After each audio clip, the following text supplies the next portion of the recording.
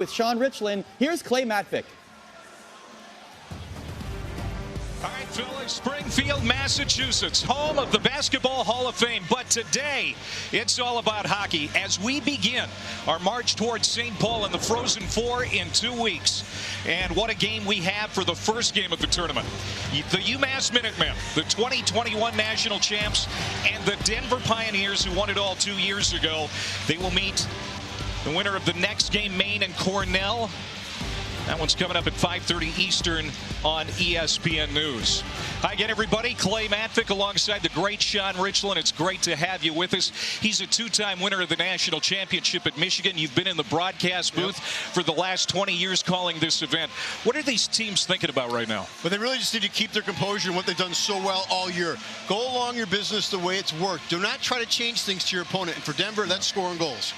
All right, let's talk about Denver. Yeah, the #1 offense in the country, just a tick below 5 goals per game. And keep an eye on Jack Devine, Hobie Baker top 10 finals. Well, he's had a phenomenal year. He came in back 3 years ago as one of the youngest players in college hockey. And this season, he's continued to score at a rapid rate. His growth has been exceptional. He lost his center in Massimo Rizzo to injury, but he continued to be one of the best players in college hockey and the NCAA. Look for him to fill up the net.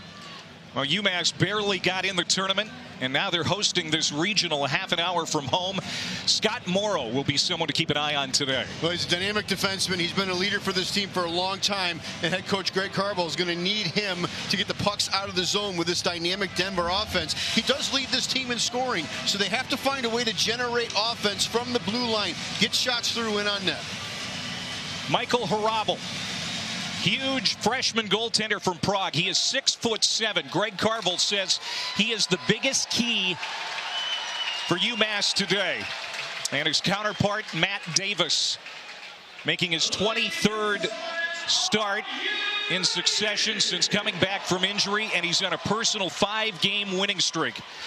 We've got 2 really good netminders. We've got 2 really good teams ready to go. And we've got a little ice issue here at the Mass Mutual Center as that's being attended to. There you look at Greg Carvel in his 8th year. He has turned a one-time college hockey afterthought into a perennial power. 4 national tournaments, a national runner-up, and of course a national championship.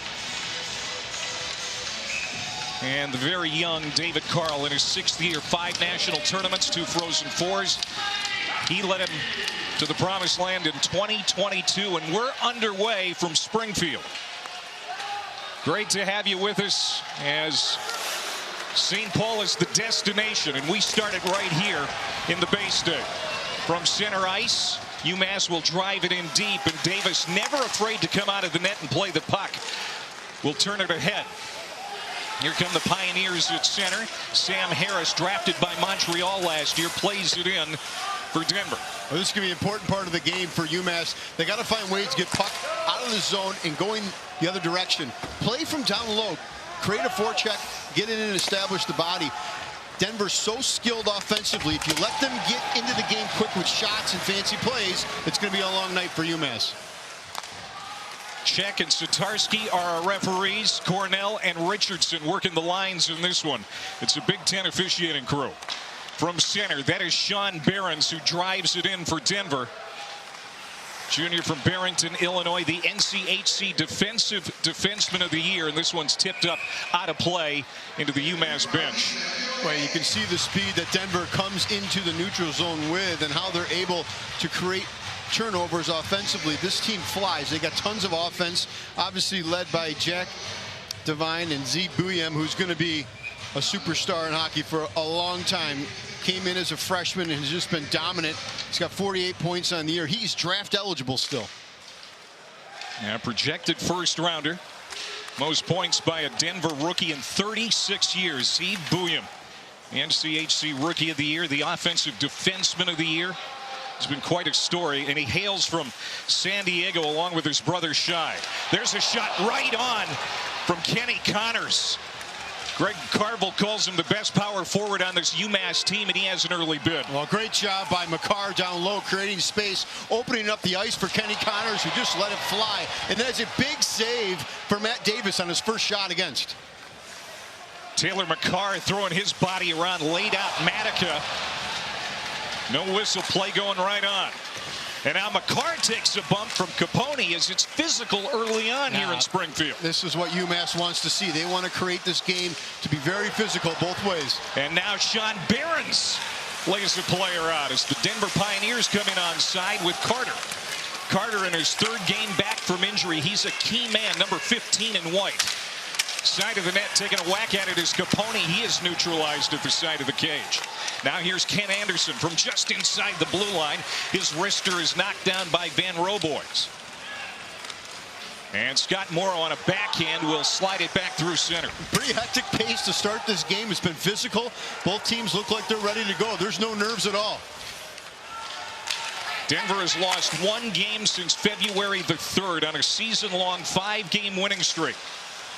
But UMass, just a half an hour drive from Amherst, feeling like they have a really good opportunity here to knock off the #1 seed in this regional, and that was played with a hand, so we'll whistle this down with 17-13 to go here in the opening period. Well, good opportunity here. Taylor McCarr creates some space in the offensive zone, cycles the puck up high, and Kenny Connor's just sitting in that soft area, rubs it right to him, and what a massive save to start the game for Matt Davis, the goaltender for Denver. But a nice separation by McCarr on the tape and a quick shot. Exactly how you drew it up. Of course, that's Cale's brother who won the Hobie Baker Award back in 2019, and Robble is going to glove it, and he's going to ask for a face-off in his zone. Second team All Hockey East, Michael Harabel, just turned 19. They think he is still growing. We stood next to him yesterday, 6'7". I think that's underestimating him a bit. Yeah, he's awfully tall. He's got that long, lean body, has the ability to cover a lot of the net when he goes down the butterfly. When he's on his game, he's as good as there is in the country. Coyotes took him in the second round last year. Off the face-off, the Denver Pioneers hold it in deep. Down below the goal line, that's where both of these teams want to operate as much as they can, specifically UMass, as you alluded to. Yeah, both teams have to find ways to generate offense below the blue line. Denver, much more dynamic offensively, are more talented off the rush, but you'll see throughout this game, the opportunities that Denver will generate will come from their own end with speed and look for the backdoor plays or drive off the rebound. And Michael Harabel is going to have to keep the puck smothered and not allow second chances. David Carl. He has 7 players on this roster that was on that 2022 national championship team. It's a really good mix of veterans and youth, as we've been talking about some really talented freshmen for Denver. Here's Lautenbach from just inside the blue line. His shot's ramped up off a stick. Lush Millis throws it out in front as UMass is buzzing near that Denver net. In on Davis, able to keep it out, holding the zone on that right point is Zufko. Long drive kept low to the ice, and Denver is able to clear. It's going to slide all the way back down into the UMass end. UMass definitely has a lot of jumps so far to start this game. They're getting the puck over the red line, creating pressure. First guy in is establishing the forecheck, and Denver has to contain that pressure a little bit. Most importantly for UMass is when Denver goes on the rush, they got to maintain good gap control defensively. Don't let get too much space between yourself and the forward. And so far, they've been really good at that. Scott Morrow going back behind the UMass net. Third year at UMass, all-time leader in assists for a defenseman at Massachusetts. He's been outstanding in his career. Trying to lead his team to an upset here today. Shai Buyam overskated it. Boston Buckberger supporting the puck, got it to the blue line, and Denver's able to clear it back out. Boy, this line, McCarr, Connors, and Cameron, they have been laying the body. Every time they get a chance, they're creating some sort of physicality to take Denver off their game. There's Davis again out of his net. Not your typical goaltender, according to the guys we talked to yesterday. That's because he's normal. He's not quirky like most goaltenders. Moving in is Bros, the Minnesota transfer, making a bid. Couldn't get it on his forehand as he tried to tuck it in on that near post. And now Anderson broke a stick. Bollinger is just going to feather it in deep as UMass makes a line change. And for Denver, a team that's used to scoring a lot of goals and creating tons of offense this year, as we mentioned, they're the most dynamic offense in the country, almost 5 goals a game, and they're used to filling the twine. So UMass has got to continue to not give them confidence. Take away this neutral zone and keep tight gaps. Here's Sebrian from center. He's going to blast it in. Taylor McCarr took a bump there, and now Alger on that far wing side got it up and out for Ufko. Here's Wright now. Tried to feed it to the middle for Lorenz, who was knifing in for Denver, but he was neutralized. But you can see the back check from UMass. 4 guys coming back. Incredible. And now Gorman in that 4th line for UMass. They're going to get it in, but now they get off the ice. Fresh skates out there for the Minutemen. And Clay, one of the things you wonder about UMass, after struggling against BC so badly in the semifinals, losing 8-1, what did they learn from that game? And so far, I can tell you, they've learned to come back to the neutral zone with speed with all 3 forwards. They're not giving Denver any space in the neutral zone. Long drive from Lucas Mercury. Missed the net. Mercury, first career 20-point season. He's number 11 in maroon. Again, big hard hit in the corner. And that was McCade Webster who took the brunt of it, the Denver captain. Shai Bouillon got it to the line for Denver, held in momentarily there by Mercury. I mean, he had 4 hits in that shift, Mercury alone. Big kid at 6'3", 220.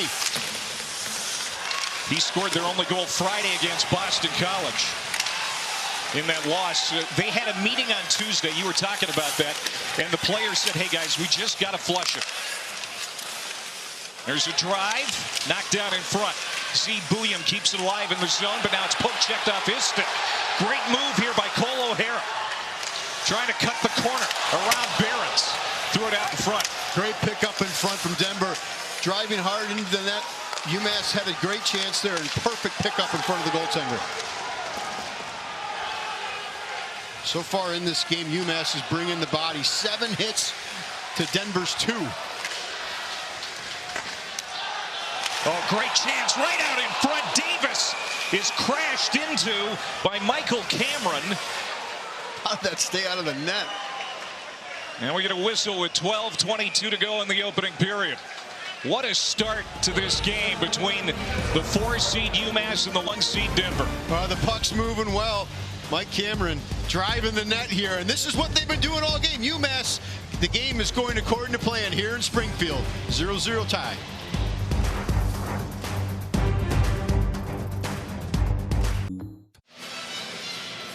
The UMass Minutemen in their 5th national tournament in program history. Not only did they get in as an at-large, but they get this virtual home game, 36 minutes from their campus. They needed Cornell to win the ECAC and Denver to win the NCHC to get in. And, of course, both of those outcomes came to fruition. Greg Carvel told us yesterday he couldn't watch either game. He said it was too nerve-wracking. Yeah, he had to sit on the couch and watch something else. Watch reruns or Netflix. Don't take the time to watch this. UMass has come to play, no doubt. Their speed is electric right now. Yeah, I think that game against BC in the Hockey East semis really left a bad taste in their mouth, and they're playing at a different level right now. And every time they get a chance to play the body, Clay, it's happening.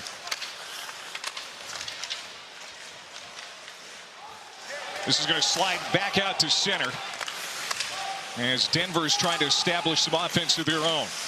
Scooped up and out by Ufko. The captain on the blue line for the Minutemen, he's number 6. Greg Carvel says he's uncoachable. And he means that facetiously because he doesn't have to be coached. He's like an extra coach on the ice. Yeah, they got an extra coach out there. Ufko is definitely one of the more talented defensemen mentally in college hockey. He brings a level of confidence in play that a coach has so much trust in him. Here's Mercury now. He'll slide it across to the middle. And now off for Sunyev, Idar Sunyev, the freshman from Russia. He's number 16 in maroon, very skilled. And now we get another hand pass, and we're going to have a neutral zone face-off. We were talking about Ryan Ufko out of Smithtown, New York, 4th-round pick of the Nashville Predators in 2021. He comes into this thing red hot, Sean. in March. 4 goals in the last 6 games. He has turned his game up a notch at the right time. He really has. And when we were talking to Coach Carvel about him, he mentioned he's the best player we've had since Cale Makar, and that is some crazy high praise on an athlete here at UMass. But when you have a player who you're so confident in, you can see they're running the 3 men back in a trap, taking away that neutral zone from Denver. Denver's got to find a way to get the puck in deep, Clay, and establish a forecheck. Yeah, so far they really haven't been able to do that. Here's Sebrian now at the UMass blue line. He'll play it back to his defenseman, Z. Bouillon. Now here's Jared Wright. He's going to swing it around. Around on the end boards. Lorenz tried to feed it back for Behrens, and it's out of his reach, and he has to regroup back in his own zone, and he turns it over to Lush Millis. Here's Lush Millis now. Had a muffled shot, and it was poked away by Davis. Davis has been tested a little bit here early on by this UMass offense. Long drive, Bollinger standing in the way there, though, is Sebrian. Yeah, good job blocking the shot there by Sebrian for Denver. Taking away. Look at the physicality down low by UMass. They are coming, and Denver has got to find a way to take away the pressure on the forecheck. And that was Jack Musa, who just threw that last hit for the Minutemen, and he's a rookie. These rookies don't seem to be intimidated by the moment. No, hits are 9-3 so far. UMass in favor as they've come to play here in a virtual home game. Every time they get a chance to lay a body on a Pioneer, they are doing it. And Musa came in with a big hit as well. He's not the biggest guy at 5'10", but Coach Carvel's got his team ready to go here, and I think a lot of lessons were learned against BC because these are 2 very similar offensive teams between BC and Denver. You got to play hard, you got to play physical, and you have to take away the neutral zone. Yeah, you take an 8-1 whooping, it'll humble you. And I think you're right. But it seems like they have indeed flushed it as they wanted to do. That skips up past the net. Here's Behrens now trying to move it out for the Denver Pioneers. Another loose puck, 50-50 puck they won the battle on. Van Roboy swings it back top of the zone, and that one caroms off his skate, off the stick of Owen Murray. Now loose out in front of the blue paint. Chopped at. Denver's able to work it back to center somehow. And Denver's definitely on their heels. For sure, in this first period, UMass has done a great job of putting them in a position where they don't have that good feeling offense. Gorman centers, and again deflected up and over. That was Murray who had the shot. Boy, Denver can't get anything going through center ice. Now here's Ken Anderson. He's just going to dump it in. That's a good play. Get it in deep and try to generate something. Doesn't stay in the zone long. Here comes UMass back the other way. It's Makar. And he'll send one on. Davis, no mistake, will swallow it up with 9:21 to go here in the first period. Nothing on the scoreboard, but UMass is carrying the play early. Matt Boldley, Tage Thompson, they all played college hockey. Pretty good crew of players there. And Austin Matthews, he was born in California, grew up in Arizona. How about the growth of not only college hockey, but hockey in general over the last 20 years. Yeah, a couple of great young players from San Diego here on this Denver team, and the Bouillon brothers. Still no score. Shots 3-2 in favor of UMass, but it feels more lopsided than that. Really does. I mean, the forecheck has been just phenomenal for UMass, and the ability to create turnovers just like that one. Here's Morrow. Right through the middle, and on that back check, Webster locked him down. McCade Webster, the captain, NCHC tournament MVP for Denver. He's number 6 in white. There's turnover. Matica to Webster. One-timer, and getting in the way was Morrow. He was trying to use Morrow as a screen. Robble turned it away. Nice save by Robble. That's the first shot he had, which was a little awkward. He collected the puck. Instead of pinching down, Ufko is going to bring it all the way back into his own zone as UMass regroups. Tipped in deep by Lush Millis. Bouillon trying to get it out. Getting a shot toward the net as Cole O'Hara hit a body in front. Taking a chop at it there was Musa. And now Davis has to scramble in the crease. Gets the whistle. Well, you wonder how long they can keep up this torrid pace.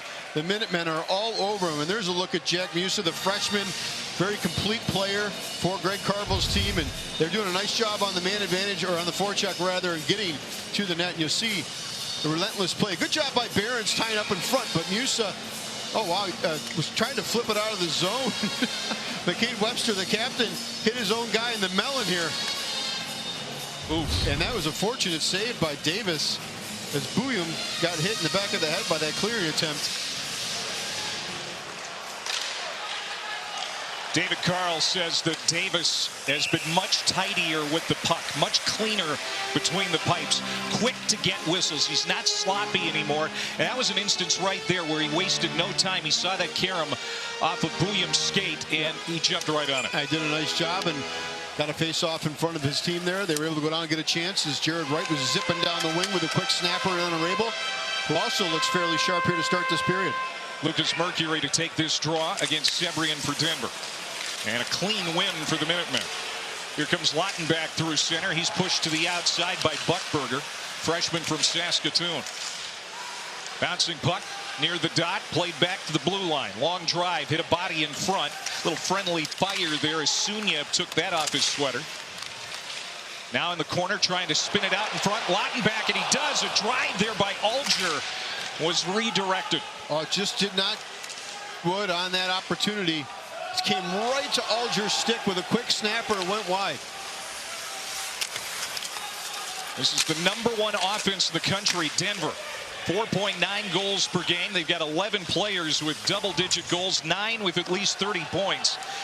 But the offense has been hard to come by right now for the Pios. Well, teams that score a lot of goals offensively like to get speed through the neutral zone and create. King, another broken stick.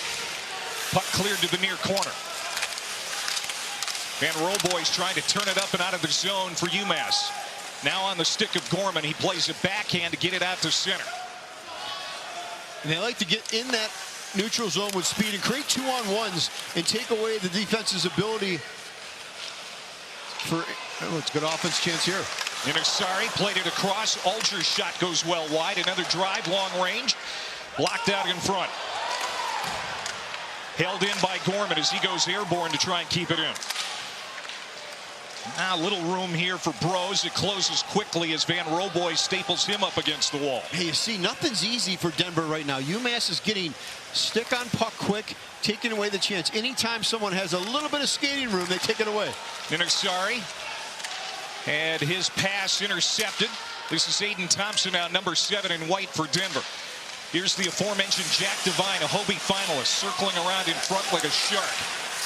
Devine on his backhand goes behind the cage, playing keep away. It's a one-man show. Jack Devine for Anderson. Wrister, save made, loose out in front. Harabel never saw it, but he kept it out of the net.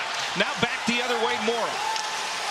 Feeds it down. Connors puts it on, and the save made by Matt Davis. Boy, you see the speed of Jack Devine and the confidence in the offensive zone to skate around and keep the puck on his stick.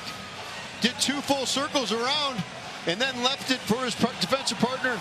Quick snapshot in, almost got through Rabel, and Morrow quickly gets the puck and goes the other way. And transition game for UMass is looking strong, but that was the first time Denver really got any space, and we're almost 15 minutes into this period. Should also mention that Massimo Rizzo, one of the best forwards in the country, still unavailable for Denver as Davis keeps another one out of the net. Junior forward we thought might be available today, but still coming back from injury. Well, the NCAA Men's Ice Hockey Championship on the networks of ESPN. For more information, go to ncaa.com. Your home for all 90 national championships. Alongside Sean Richland, I'm Clay Matvick. We're in Springfield, Mass. Day 1 of the national tournament in Division I men's ice hockey. That's the 3rd broken twig we've had in this game so far in the first period. That's how you know it's a physical event. What's the over-under on that today? I'm going to go with 5. From the corner, here's Carter King. Pushed to the outside, held up against the wall by Murray, still able to get it off to Webster. Webster trying to turn it toward the front. But again, held to the outside. UMass has done a great job keeping skaters on the perimeter for Denver. Shai Bouillon able to cycle it down below the end line. And again, Denver Can't get anything out in front of the cage. Manica fanned on it. O'Hara tried to clear it, couldn't. Now here comes Denver, 3-on-2, a long drive, save made. Harabo left another big rebound out there. Those could come back to bite him at some point, but he does get another whistle here with 4:28 to go. Well, good chance there for Denver. One of the first. We're tied up. UMass playing their best game so far. Raycroft, I'm Ardo. Cal, scoreless so far, but this has been a great period for UMass. It has. They had to come out. They had to be physical. They had to slow down the high-octane Denver University, and they've done so thus far. For Denver, they've gotten into the game. It's an early game for them on their body clocks, and they've come and they've played good, solid defensively. So a really good start for both teams. Stick around for the intermission. We'll also take a look at the Sioux Falls region. Macklin, Celebrini, and BU in action. Play. Arda and Razor will see in 4:28. Yeah, BU, the #2 national seed.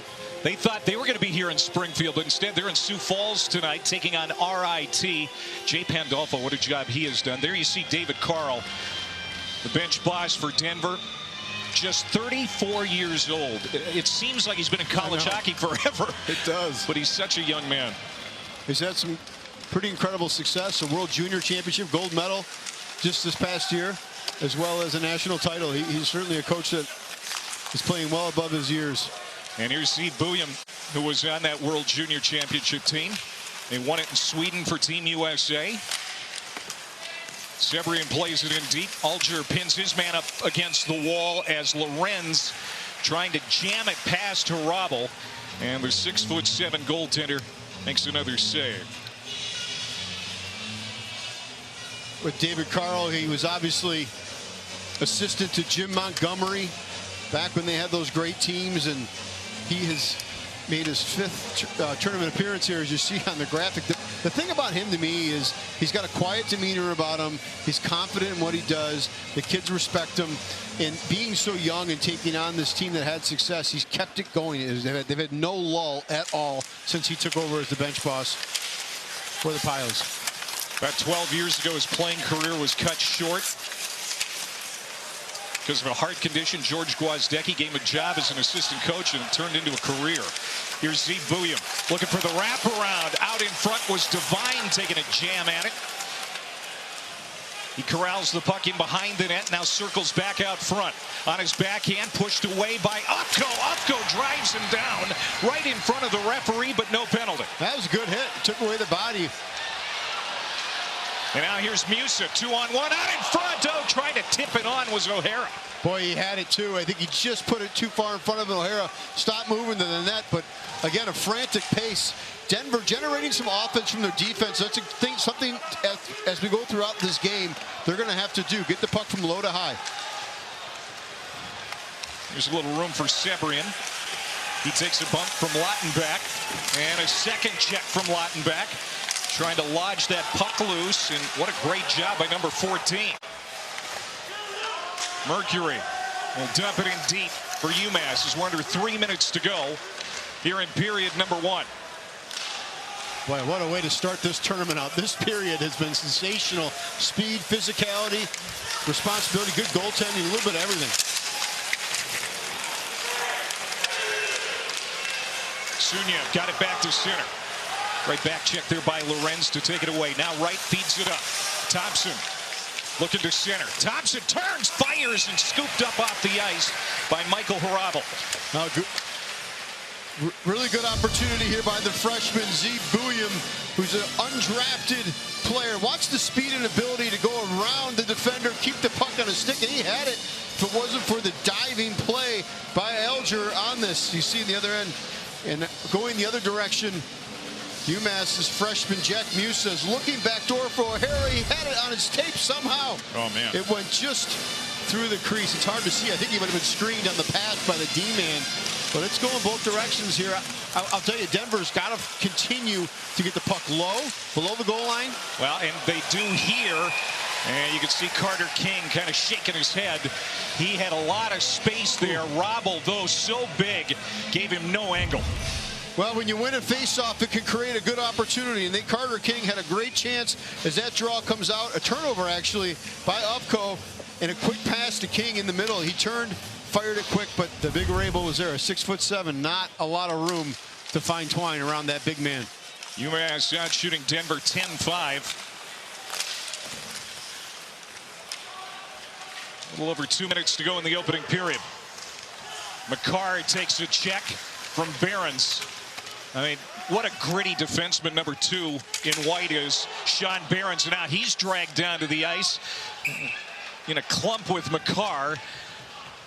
He's not overly happy about the arm bar he got there from McCarr. The big winger, 6'3", 190. You see McCarr puts his arm around Behrens and knocks him down here.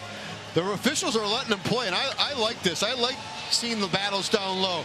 And you see McCarr kind of take his arm there and swat him down. That could have been called for something for sure, but I like letting them play. Let them battle. Let them go after it and let them figure out the game themselves. How about Taylor McCarr? Kind of making a name for himself now. He's no longer in his brother's shadow at UMass, the Hobie Baker winner from a few years back. Taylor's rights also belong to the Colorado Avalanche. Yeah, it's certainly a big shadow of his brother Cass, one of the best players ever to play college hockey, and now one of the best defensemen ever to play in the NHL. But Taylor's doing a great job. Oh, there's a call. Yes, there's a penalty, and it's going to go against UMass. Here's the opportunity maybe Denver was looking for to turn this game in their favor, as they've been chasing it a bit here in the first 18 minutes or so. Yeah, Gorman with a hit on Buckberger behind the net. It looked like he went into the wall awkwardly. They're going to chat about it, the officials at center ice, and decide if this is a 5-minute, 2-minute. They'll go back and perhaps look at it as well to see. They up 2 for boarding is the call. But this is Denver's chance, right? High offensive team, score almost 5 goals a game. You see behind the net as Gorman goes in for the play. Just see the numbers. You can't do it. You got to lay off them.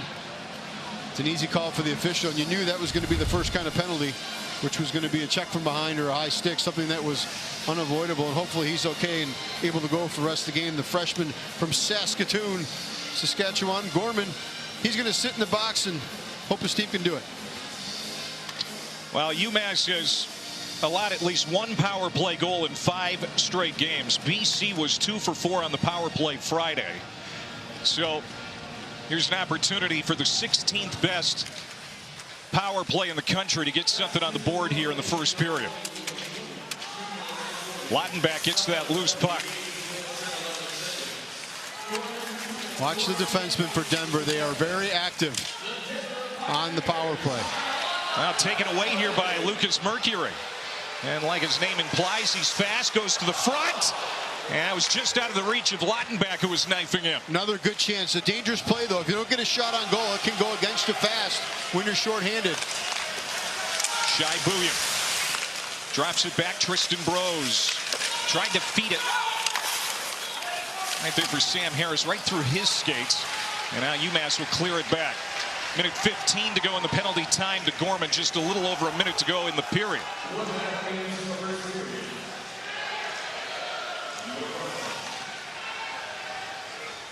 Devine has a team-high 9 power play goals for Denver. It's a quick but simple power play, but really haven't been able to set it up yet. Now, good job by the Minutemen getting back in the zone and getting it out off the glass, not giving Denver any chance to set up and start maneuvering the puck around. Here's King. His power play so much better now that he's back healthy. Across for Devine, very patient. Number 4 feeds it to Behrens. Now back for Devine. One-timer, Behrens. That blast goes wide of the right post.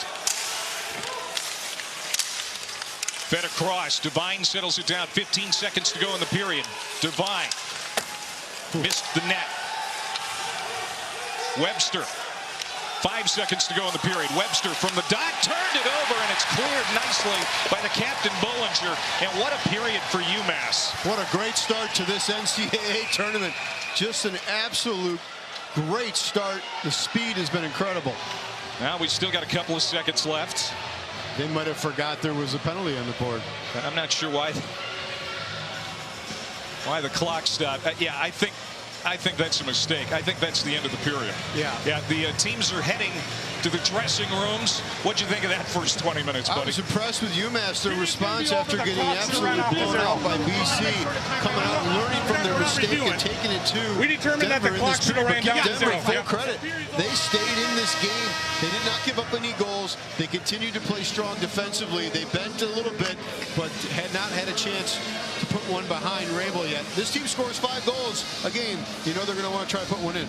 We're in for a beauty here in Springfield. Now let's go to Arda and Razor in the studio. Clay, Richie, I was also impressed by UMass. You seem to be as well. That was a great period. That's all you can ask for from UMass against a team like Denver in a situation like this. It certainly is. To come out and play with that pace against one of the top teams in the country, recognize, take advantage of the home ice advantage.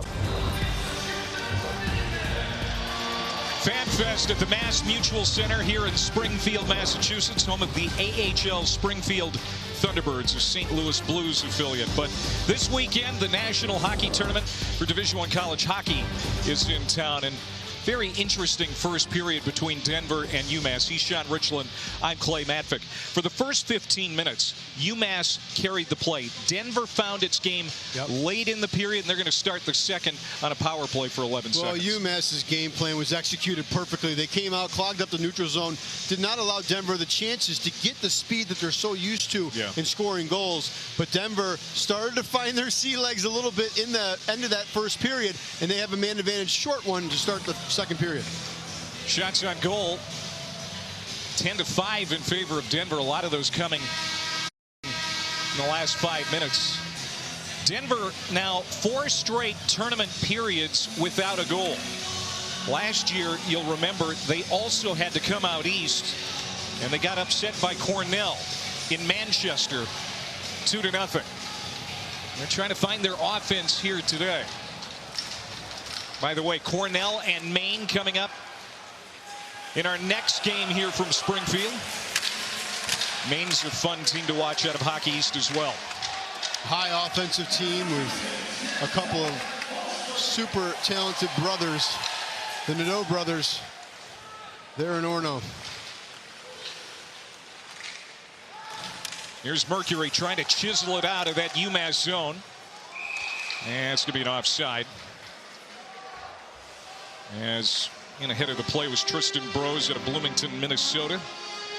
He moved to center after Massimo Rizzo got hurt.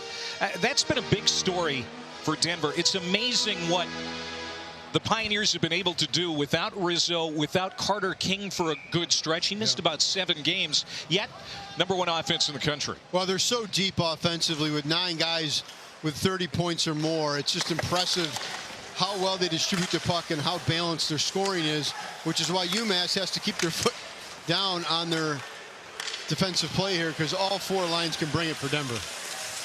Taking it wide is Sunyev, and the Russian was driven behind the net by Behrens.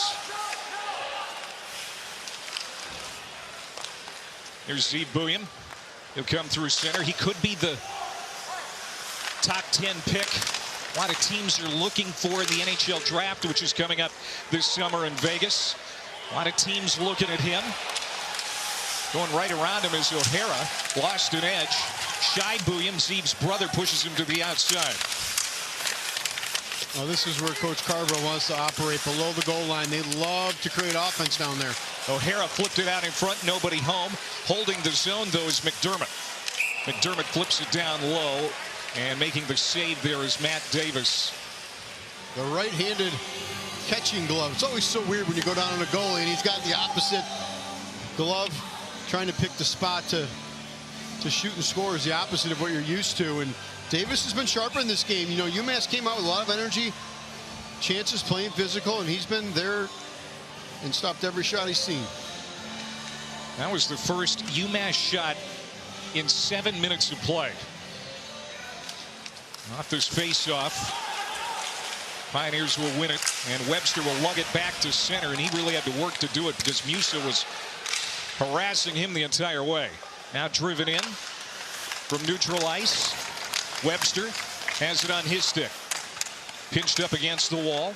Webster now trying to fight around Ufko. Man, Ufko is in every play, it seems. From the point, long drive, and diving out of the net That is Harabel to make the save. We were talking about Maine, the Black Bears. They're in the building now. Boy, the state of Maine loves Black Bears hockey. It's kind of been in hibernation for about 12 years. This is the first time back at the national tournament in quite a while, and they are going to take on Cornell, 5:30 Eastern time on ESPN. They had a heck of a regular season, the number 6 seed overall, and are poised to have a good tournament. They're so offensive, and you wonder with their young skill and talent how they'll be able to do in a tough game against a stingy Cornell team. Ben Barr has done such a good job turning that program around, trying to get it back to the glory days of the 90s when they won a couple of national championships. Kick saved there by Harabel. And driven out of the zone. Yeah, it sure was. And this is going to be an icing call. Everything gets so important this time of year, Clay. Face-offs in the offensive zone. When you can get possession in the offensive zone with a one face-off clean, typically it's going to generate a good scoring opportunity every time. If you have a face-off man who can win draws regularly, it's certainly beneficial, and Tristan Braz has been doing a good job of it. Well, Kenny Connors is very good, too, for UMass, but it is the Pioneers who win it. Bros getting it back here. Z Bouillon. Boy, what a great check by Michael Cameron, the sophomore, taking it right off his stick. Now here's Cameron trying to throw it down for Connors.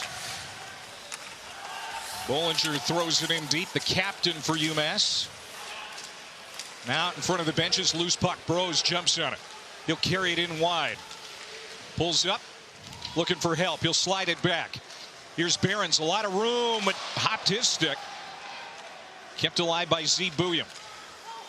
Denver's trying to take that extra step. They just got to get pucks in on net. Sebrian, good stick handler. He got a shot down low, and a skate from Scott Morrow got in the way. There was a lot of net there flashing for him. Loose at the blue line. They jam at it. Lautenbach has it. He'll slide it down along the wall. 3:15 into this period. Still no score. Here's Morrow. Shadowed there by Wright. Played across. Ninasari, long drive. Trying to tip it on. There was Van Roboys, fourth line centerman. Everything down low, Clay. You see how they're getting it down deep, forcing the issue, making Denver go back to get the puck behind the net. And Coach Carvel was not afraid to tell us that was the game plan. Here's Wright now. He'll try to generate some speed through center. He'll dump it in and chase. UMass again gets it out of the zone quickly. Olvestad will bring it back into his own zone for Denver. Olvestad from Stockholm, Sweden. UMass tried to clear it. This is Cam O'Neill doing battle. Got it to Musa. Musa couldn't get it out. Webster from a shallow angle pulls up. Got back to Olvestad. Olvestad misplayed it and poked out of the zone by Lucas Van Roboys. O'Neill will just dump it in deep again below that goal line. Van Roboys in the perfect position as a winger to make sure you get to your defenseman and get in his way. Don't let that shot get through to get the puck out of the zone. Any little chip out of the zone, so important this time of year when you have one and done.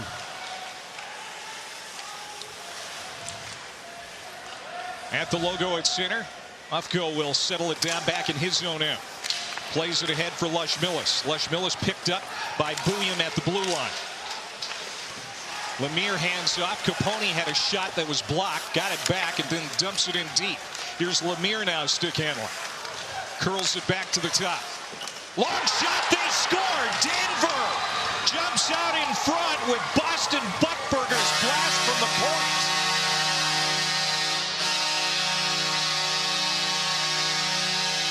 That developed quickly. Well, a good job of shifting. A little drop pass, creating some confusion. UMass defensively, and Boston Buckburger with a quick snapshot, which beats Harabel with traffic in front. You see the quick shot comes in, it's blocked, and then watch the shift here. Puck goes in deep, and Buckburger comes in to retrieve this puck on the drop pass right here, and he finds that quick seam, was able to get it, but that is set up by the screen in front of the goaltender by Capone.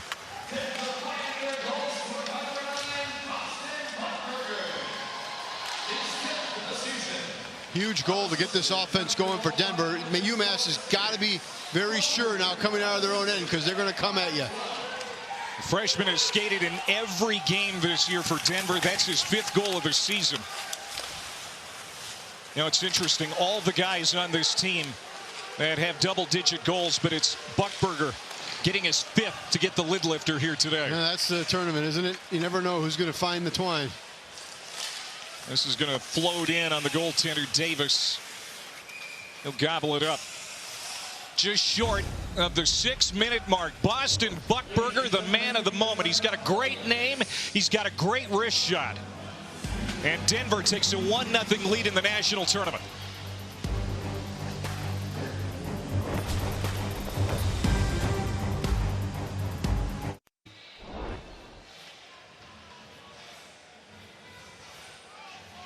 One nothing here in Springfield as Denver gets on top as the Pioneers score a goal. But this goal set up by Connor Capone, Tristan Lemire, and Boston Buckberger gets it. Watch as Connor Capone goes in front of the big goaltender, Rabel, takes away his eyes, and that's how you score a goal against a big goaltender, Clay. You create traffic in front of his eyeballs and quick snapshots in from low to high, and they get that goal. Beautiful effort by the Pios to get on. Denver 15-5-1 when scoring first this year. Time of the goal 5:12 of period number 2. That slid right out in front of Davis.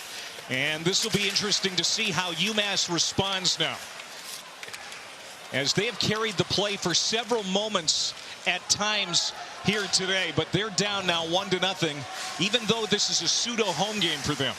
Well, they've struggled to score offensively. As you know, 2 defensemen are 2 of their top 3 leading scorers on this team. So they've got to find a way to claw away and get one. And Denver is not going to make it easy on them. Morrow, the guy who can turn the game around, goes right to the front. Davis is thrown into his own net, and he lost his stick to boot. And again, the officials letting these guys play today. Sebrian is able to free it up for Denver. Oh, here's Harris with some room, trying to beat Ufko to the shot, and he gets it on. And Arabo kicks it out of there. He just got nailed by the ref. He got checked by the ref in the corner. That's unbelievable. Mercury drops it back for Lautenbach. Morrow left it for Ufko. He turns it over. And back to the UMass line. Denver with the lead, trying to get on to Saturday's region final for a berth in the Frozen Four, which starts 1 week, 2 weeks from today, I should say, in St. Paul. Webster race for the puck. How about Robel coming way out of his net to stick that one away? Too many men, are they calling? Yeah, I think so. Or are they going to say hit the bench? Might not be too many men. It might just be a dead play because it hit a player going into the bench. I'm not sure. Doesn't look like he's going to make a penalty call on this. Tony Check, Jonathan Satarski, our referees from the Big Ten.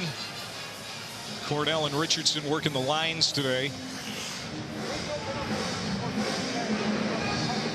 think that's similar to if it hits a player's glove when they're on the bench. It's just kind of a dead play, center ice. Yep. Drop the puck.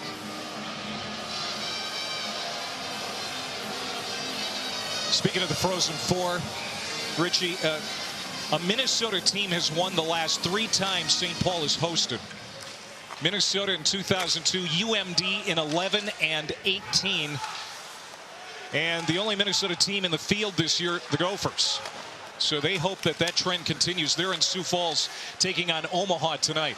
Well, they're a good team. They got a bad taste in their mouth from losing in the finals against Quinnipiac in overtime last year. Here's Carter King, turns, got one on. Harabo made the save, the rebound, covered up. Well, another great job by this line, battling in front of the net. Is they're jamming right now. King, Capone, and Lemire, they've been going hard to the net, creating havoc in front of Harabo. He was able to make a nice save on this opportunity. But again, a lot of movement, a lot of switching down low, which is causing trouble for the UMass defenders. The speed of Denver starting to show. You see King protect the puck. 2 guys in front battling, And a nice job by UMass clearing it out. Denver, the perennial power, 12 NHL draft picks. Yet, for the last several days, it kind of feels like they're under the radar. A little bit, yeah. You got all the huge, high-profile players at BC and BU. But they're good, and they're here to show why they belong. McCade Webster was talking to us yesterday. He said, hey, that's just how we like it. We like to be maybe seen as the underdog. Sure. In behind the net. And now back to the blue line. Here's a one-timer from Matica. That was a muffled shot. And now back comes Michael Cameron. And getting it deep, blocking shots, getting the puck out of your zone, and establishing a forecheck. UMass got to get back to their game plan, getting the pucks down low. And you let Denver get going with the speed, it could be a long day. Now here's that speed on display now. And Matica's shot ramped off Ufko's stick into the protective mesh with 10:54 to go in the middle period. Women's basketball Sweet 16 tomorrow on ESPN. Oregon State and Notre Dame tipping off the day at 2:30 Eastern. Then Indiana taking on the 1 seed South Carolina. They're undefeated. Followed by NC State and Stanford at 7:30. And then in the nightcap, Gonzaga and Texas. Clay Matvick, Sean Richland here in Springfield, Massachusetts. This is where AIC plays its home games. The Yellow Jackets under Eric Lang. They've been in the tournament quite a bit here in recent years. Not this year. Lost to RIT in the Atlantic Hockey title game. Again, RIT taking on the #2 national seed Boston University in Sioux Falls tonight. So both of those teams had to go out west. And Denver coming out east, 1,900 miles from home. And even though they did not start great in this hockey game, Sean, they've got a 1-0 lead. Well, they're starting to get their legs a little bit, and they seem to be moving the puck really well, doing shifts in the offensive zone, taking the puck from low to high and making the other forward come around the backside, which is getting UMass off their footing a little bit defensively. We have a face-off coming up that was played with a high stick. In this period, Denver out shooting UMass now 6-2. And for the game, it's starting to get pretty lopsided, 16-7 in favor of the Pioneers. And they certainly shoot the puck a lot. That's why they're one of the top scoring teams in the country. But coming away from the first period, I thought UMass was more physical. This period, they've been unable to be as physical. I think Denver's just skating a little faster and getting the puck on their stick and off their stick quicker. Number 19, Cole O'Hara at center. Got it for Lush Millis. He's taken to the corner there by Behrens. Behrens is a good-looking defensive defenseman. Leads the team with 60 block shots. Second-round pick of Colorado. Harabel bobbled it momentarily. Every time a goaltender does that, if you're a coach, you just kind of hold your breath. Morrow feeding the front, got caught in the pads of a Denver player. And now O'Hara again at the end line, pulls it back up top. Here's Van Roboys. His shot blocked there again by Behrens. Just like we were talking, he's not afraid to lay his body on the line. Oh, he can block shots with perfect position too. Went down, took away the low, hit him right in the chest. Great job taking away the shot. Over skating it a bit and then causing an offside is Tristan Brose. Well, that was good pressure by UMass in the offensive zone, and block shots, both teams are even in that category. In order to win games at this time of year, you got to block as many shots as you can.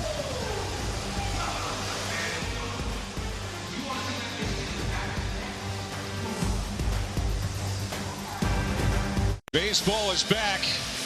Ravi, David Cohn, Eduardo Perez, Buster Olney on the call for that one tonight. I feel sorry for you. I know you're a Detroit Tigers fan. What do you mean? We got the best pitching staff in baseball.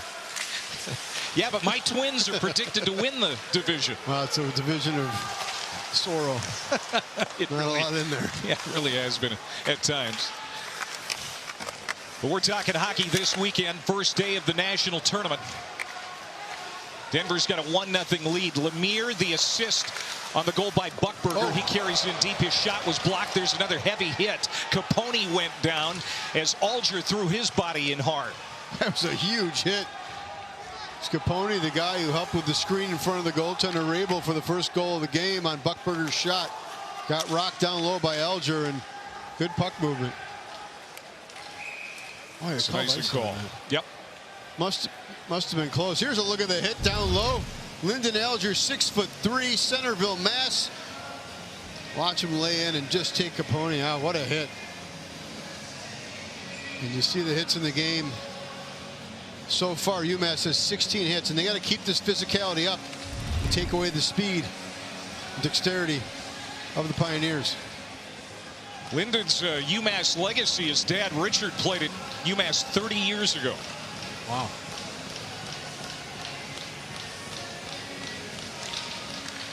Off the faceoff. Barons plays it for Thompson. Thompson trying to stay away from Kenny Connors. Here's Z. Bouillon, top of the circle. Just inside the blue line. He'll wrist one down low. Loose puck out in front. Nobody there for Denver. Swept away. Cleared to the line. Not out. Bouillon hatchets it in deep. And now here's Alger again. Off the near boards. They cram at it. And it's shoveled back to the blue line of Denver. Bouillon. Nice move to grab that puck. Denver trying to get it out. Held in here by Taylor McCarr. I think McCarr has played well here today. Really has. This line's got to find one for them. They've been the most dominant line out there for Greg Carvel's team, at least physically. Got to find ways to get pucks to the net, though, and create chances as the shots are getting a little out of hand in Denver's favor.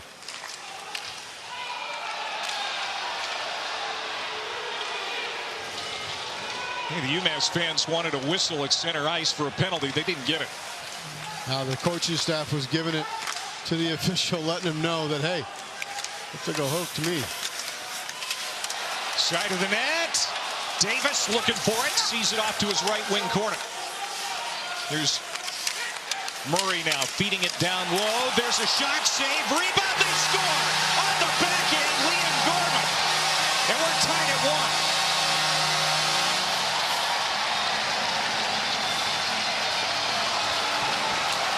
Well, it's amazing where this offense was generated from, Clay. Right where head coach Greg Carvel told us in their interviews he wanted to establish below the goal line, create chances, force their defensemen to look the other way twice, and then come in hard, and Gorman finds the back of the twine. His first goal of the year, and what a big one. Yeah, you see down low, creating the odd man chance, a lot of bodies in front of the net, but again, down low, keep it low, then bring it up high, and Gorman, once this puck gets in, he finds the backside, and it just dribbles right to him. And what a goal. Both fourth lines now. And that is his first goal of the year. Unbelievable. That goal is going to stand. That was a good goal by Gorman. And fourth lines are showing up in the playoffs. Boy, they sure are. Gorman, a Princeton transfer. So a former Ivy Leaguer, property of the Chicago Blackhawks.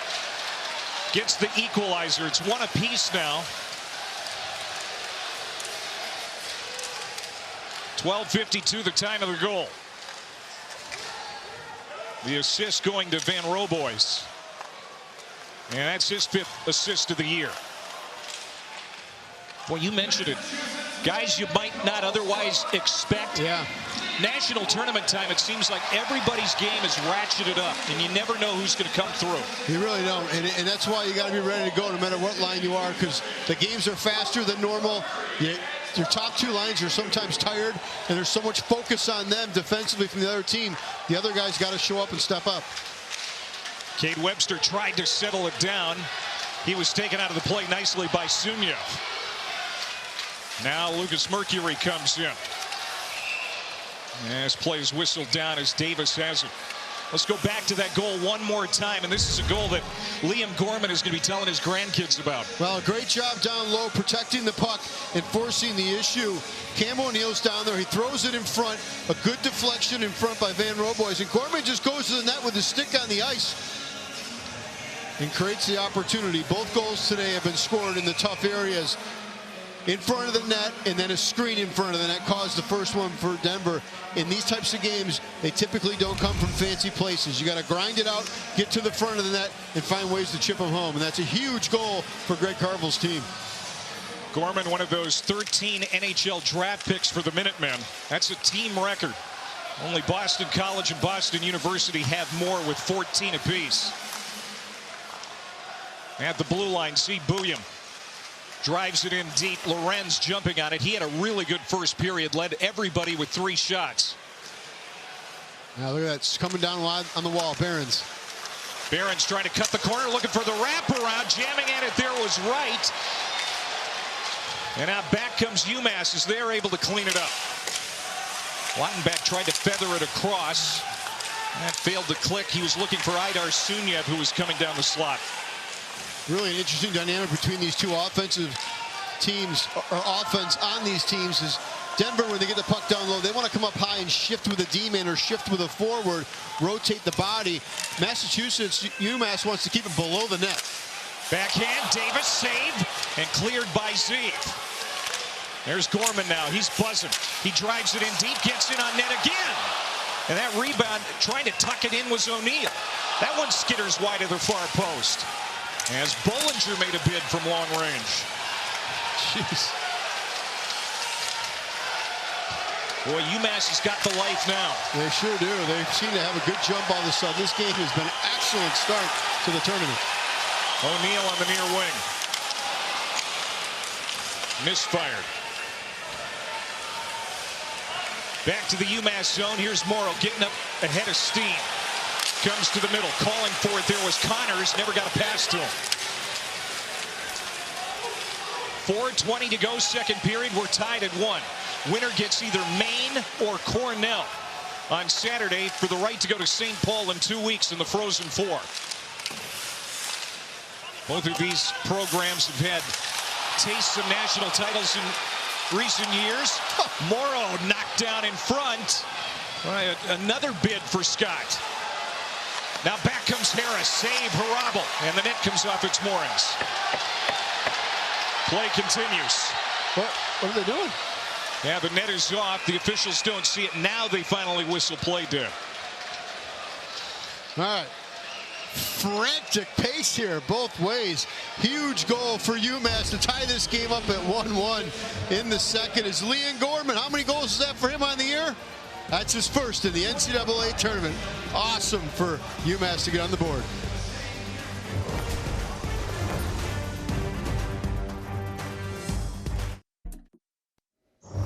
Well, we got a game on our hands. We are tied at 1. How big was that goal for UMass? Huge goal for UMass. Denver seemed to have gotten their legs early in the second period, seemed to be taking it to UMass. For them to punch that one in early, late, midway through that second, it's a huge goal for UMass, and now they have a real good opportunity here with 25 minutes left in the game. It's anyone's game. The winner of this game, of course, will face the winner of Cornell and Maine. That game is 5:30 on ESPN News, Clay. All right, fellas, we'll see you in just under 4 minutes. Now, the winner plays either Maine or Cornell. Maine head coach Ben Barr, a former Greg Carvel assistant at UMass. And Cornell, of course, coached by the great Mike Schaefer. He's been at Cornell for almost 30 years. And the Big Red allowing just 1.9 goals per game. That's #1 in the country. Yeah, and Ian Shane's a big reason why. He's a heck of a goaltender, and they continue to play well in tough environment, does Cornell. Well, Razor made this comment back in the studio. I mean, UMass had to get the next one, and they did. They did. It was from their fourth line. Here's Devine, gathers it up, moves it back to the UMass line, but they come in offside as Sam Harris was in ahead of the play. See the difference of the two teams. Devine's trying to get possession over the blue line, not dump it in and create an opportunity. It was a 2-on-2. If that's UMass carrying the puck in, they know they're typically going to dump it in and go after it. So Denver trying to get some neutral zone presence, some speed, opportunities to create 2-on-1s, and they're really good at it. They've got one of the best teams in the country when it comes to points per game. I'm sorry, the best team in the country at 4.79 points per game. 9 players with 30 points on this team. UMass has 1 player with 30 points on their team. And that's Scott Morrow, and he just iced the puck. Now, number 23, such a big part of what the Minutemen do. 6 goals, 24 assists, 30 points.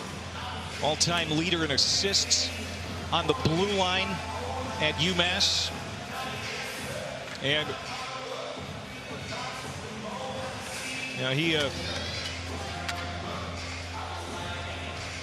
he seems to have gotten better as the season has gone on. Such a great leader.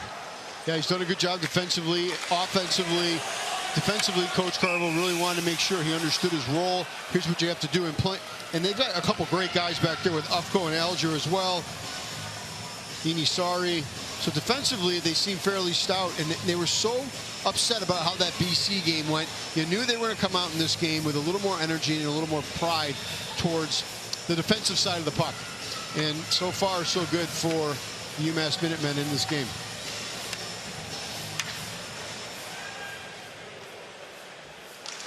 Here's the face-off. Controlled by Denver. From the point, Behrens whistles one wide of the near post. And Lautenbach tries to move it out of the zone for UMass. He was able to do so. Swept right back in on a backhand by Matica. With 3 minutes to go in the second. He's Sean Richland, I'm Clay Matvick. It has been entertaining. And right now this game is even at 1. Out in front of that Denver bench, David Carl with that stern look on his face, his arms crossed, watching play out in front of him. As his team had the 1-0 lead, and it has gone away here on a Liam Gorman goal for UMass. Now, nothing's easy when you get to this time of year, and Coach Carl knows that better than anybody. Last year they got to the tournament, didn't score a goal, lost to Cornell, and everyone's playing for the last game. A lot of seniors are playing the last game of their career potentially. Sunyev off the turnover, trying to feed it out in front for Van Roboys, and I think we're going to get a penalty. Nope. Doesn't look like it. Now, Van Roboys was dragged down. They just blew the whistle, though, because the puck ended up in the glove of the goaltender.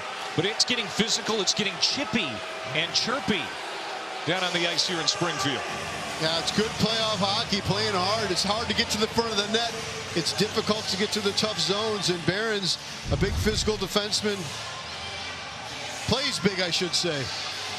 Watch in front of the net as they're battling for possession. Tied up, and it could have gone either way. Could have got a high stick in the head. Could have got interference, but they didn't call either one. And Roboys, 4 shots this period. He has been exemplary here for UMass. And again, he epitomizes the game plan. He's done a lot of his work below the dots. He has, and that's why the hits, UMass is leading the hit department 16-11, and they continue to play the physical game. Tipped out of the zone by McCarr. Got it ahead. Cross ice pass. Cameron elects to take a long range shot, and Davis will snag it, and we'll have a face-off coming up with under 2 minutes to go. Good job getting to the offensive zone, cutting across traffic and looking for the driving winger to the net. I think it was McCarr going to the net with that opportunity. Just couldn't get there quick enough, but a nice job by Michael Cameron with the stop up and quick shot through. This UMass team last year didn't make the tournament. It was a tough year for Greg Carvel's team after coming off a couple of really phenomenal years. And now they've got some momentum going in the program. As you mentioned earlier, they were the last one to sneak into the tournament because the 2 championship bids got them. And Colorado College just missed out on getting in. And yeah. Ooh, bouncing puck. Davis plays it beautifully. But it speaks to the depth of college hockey, and this is something that it's been talked a lot about recently. A 1 versus 4 is not so awkward anymore for the 4 to win, and you see the high stick in there, good hand-eye coordination. Van Roboys knocks it down, but the balance in college hockey is really epic right now when you see these teams that are used to be 4 seeds was an easy game for a 1, and it is not anymore. It is a grinded-out game no matter who you play.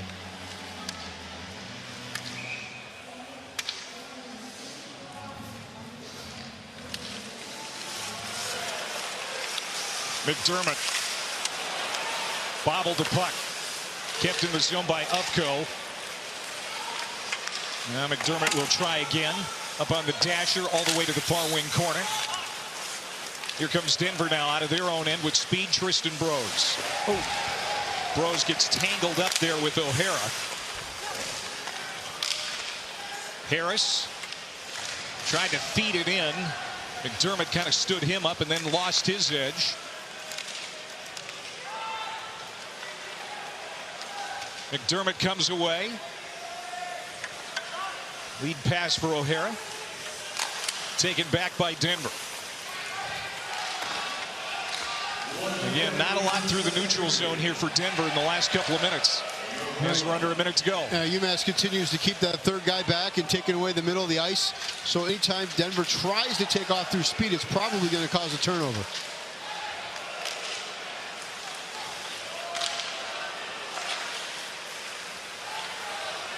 Barron's knocked it down. He'll carry it in. Plays it down low. Manica goes to the middle. Hop his stick goes to Z Bouillon. 30 seconds to go in the period. Here's Manica looking to center. And he flips it down low. That skips wide of the net. Hit a lot of traffic in front. Now below the goal line with 18 seconds to go. UMass gains control. A lot of battling behind the play, involved in front of the net, right in front of Rabel. Good stuff. This is a tough man's game out here right now. One last rush perhaps for UMass. Long drive, pad saved by Davis. Loose in the circle, and that's going to do it. Well, Denver came into the period with a 1-0 lead, and now it is tied at 1. Tie game 1-1. And there's Liam Gorman, who got the equalizer.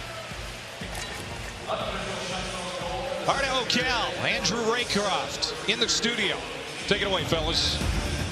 Well, it was 0-0 after the first period. We are tied at 1 after the second. When Denver scored, Razor, you might have thought for a second that the Pioneers could run away with it, but then here comes UMass with a crucial goal, setting up for a very exciting third period. Exciting for us and heart attack city for the coaches, both Denver and UMass. What a great period. Denver felt like they were getting their legs, felt like they were taking over the game with the offense. They score the first goal, which felt so important in this game. And then all of a sudden, UMass fights back and keeps pressing. And for them to be able to chip in with that goal is, like you said, an exciting third period coming up. Let's take a look at both goals. Both of them happened in the middle frame.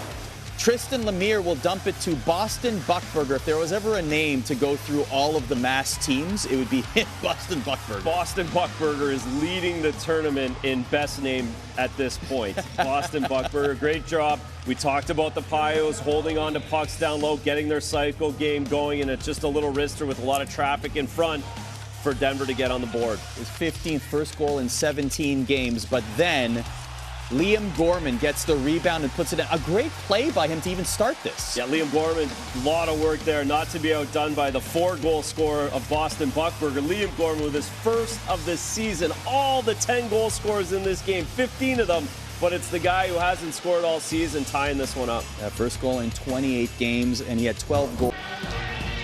Another look at FanFest here in Springfield, the Mass Mutual Center. That's a McCarr jersey, Cale McCarr jersey. Pretty good player. Yeah, he was.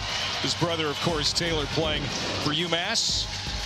And this game is tied at 1. We've had a couple of fourth-line goals, one for each team. And, you know, you never know who's going to shine this time of year. You really don't. And sometimes the top lines just don't have it going, or they're taking away all the pressure. But the fourth lines for both teams have been really strong. And Boston Buckberger gets the first one for Denver here to make it a 1-0 game. Is a great screen in front of the goaltender, set it up by Connor Capone, and then UMass responds with their own fourth line as Liam Gorman, the Hawks pick, 6'3", 199. He jams one home for his first of the year, and this is knotted up at 1-1. And this has been one of the most exciting 1-versus-4 games I've seen in the tournament in the 20 years I've done it.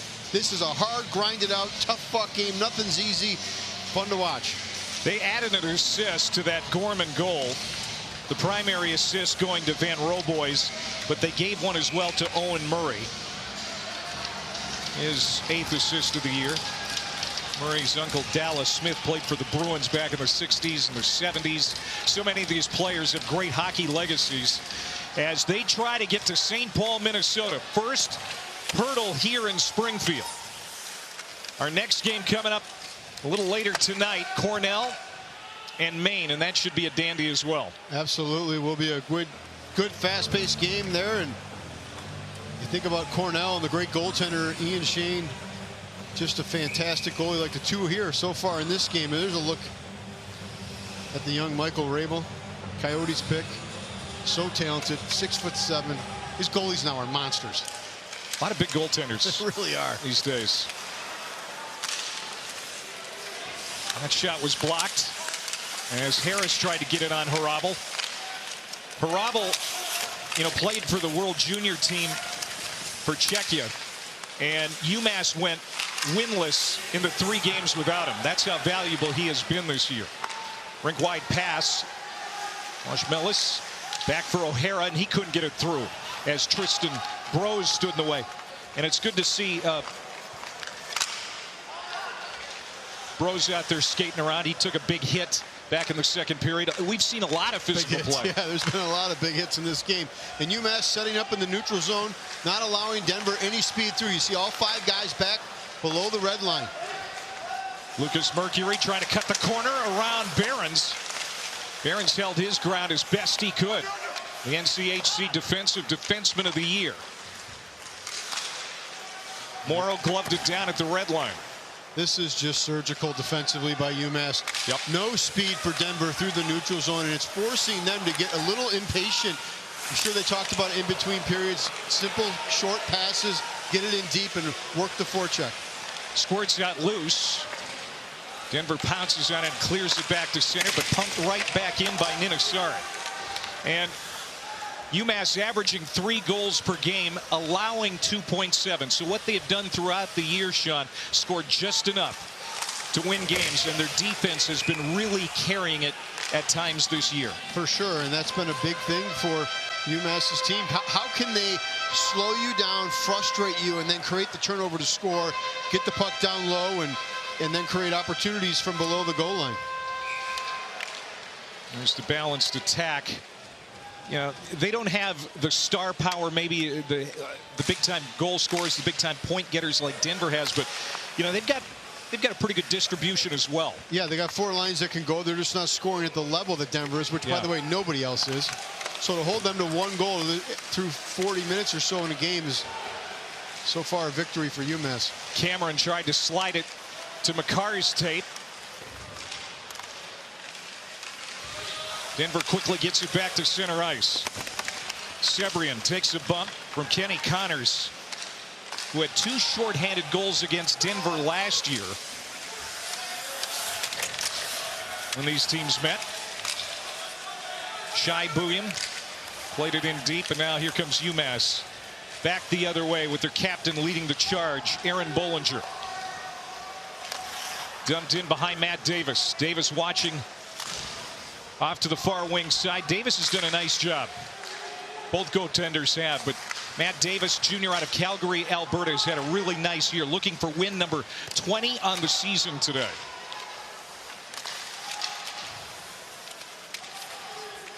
Ufko has it between his skate and the kick plate. The officials not blowing the whistle, and they have kept the whistles in their pockets most of the day, Richie. It has been tucked away, letting them play, and it has been a game that has been a fun one to be a part of with the whistles away. Up ahead for Matica. He tried to carry it in deep. He'll get the return pass. Matica feeds it out in front on the stick of Thompson just for a brief moment. And then Thompson goes into a ball behind the net. That was close. That could have been called as well. Jack Devine will sweep it in. Out of his net, Hrabal. He'll leave it for Sami Ninasari. Ninasari from Finland, the Brown transfer. Got it ahead. Here comes O'Hara with speed. Deflected in behind the cage. Davis trying to grab it with his glove and his stick, and it's loose to the near wing side, and Denver gets it out.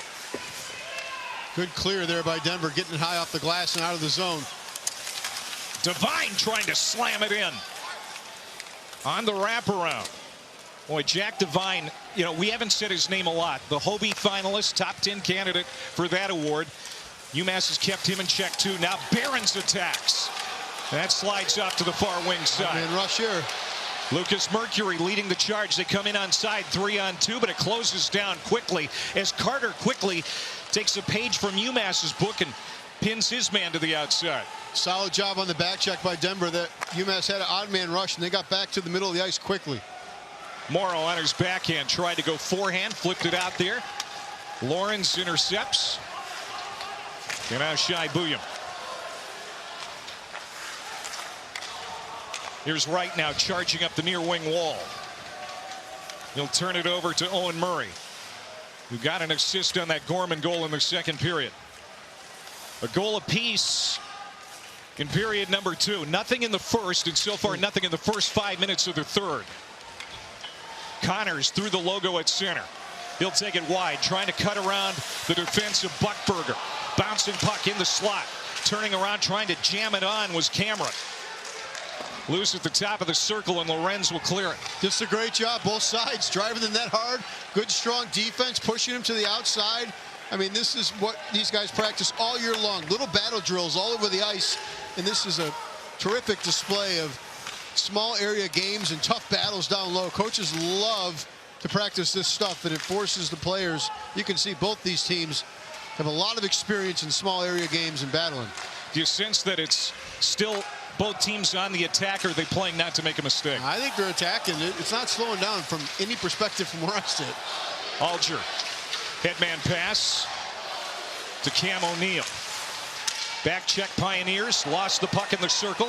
Now jumping on it again is O'Neill. He'll feed it back to the blue line. Ninasari.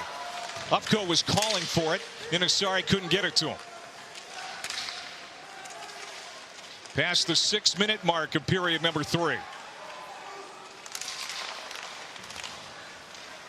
Loose out at center. Here's Matica with a little real estate to work with. He'll play it back across for Behrens, who will drive it in from center ice. Now here's Gorman off the near wing wall, back out to neutral. Pioneers take over at their own blue line. Bouillon across for Capone. The alternate captain swings it around to the far wing side. Look at the center. They do. Oh, that goes wide of the near post. There was a bid right out in front for Lemire. Lemire has played well here for Denver today as well. Denver doing the offensive zone cycle, executing well. Our guest there in the intermission, Carter King, keeping it down low, getting it up high, and a quick shot in by the D-men. Who scored their first goal as Buckberger was able to do a reverse on his play with Lemire. And they got to look for those plays where the D-man sneaks in and they cover in, because UMass is doing such a nice job down low.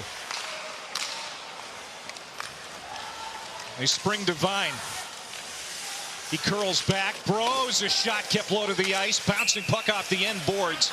And Harabel wants to face off. We're going to step aside. Here's that Denver chance shot. Yeah, good opportunity in front. A quick snapshot. Brabo, the big goaltender up front, thwarts it to the side. Denver doing a good job, though, going low, creating the opportunity in front. Here's the quick shot.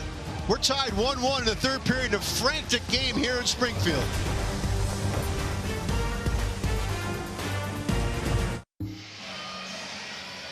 There's Denver captain McCade Webster. 5 of his 14 goals this year have been game winners, including Saturday against Omaha in the conference championship. He's got a national title, but he's still behind his sister. It's got to be tough when your sister's got 2 national championships. McKenna Webster just won with the Ohio State Buckeyes, the women's Frozen Four national championship. Not only does she play hockey, she plays field hockey for Ohio State.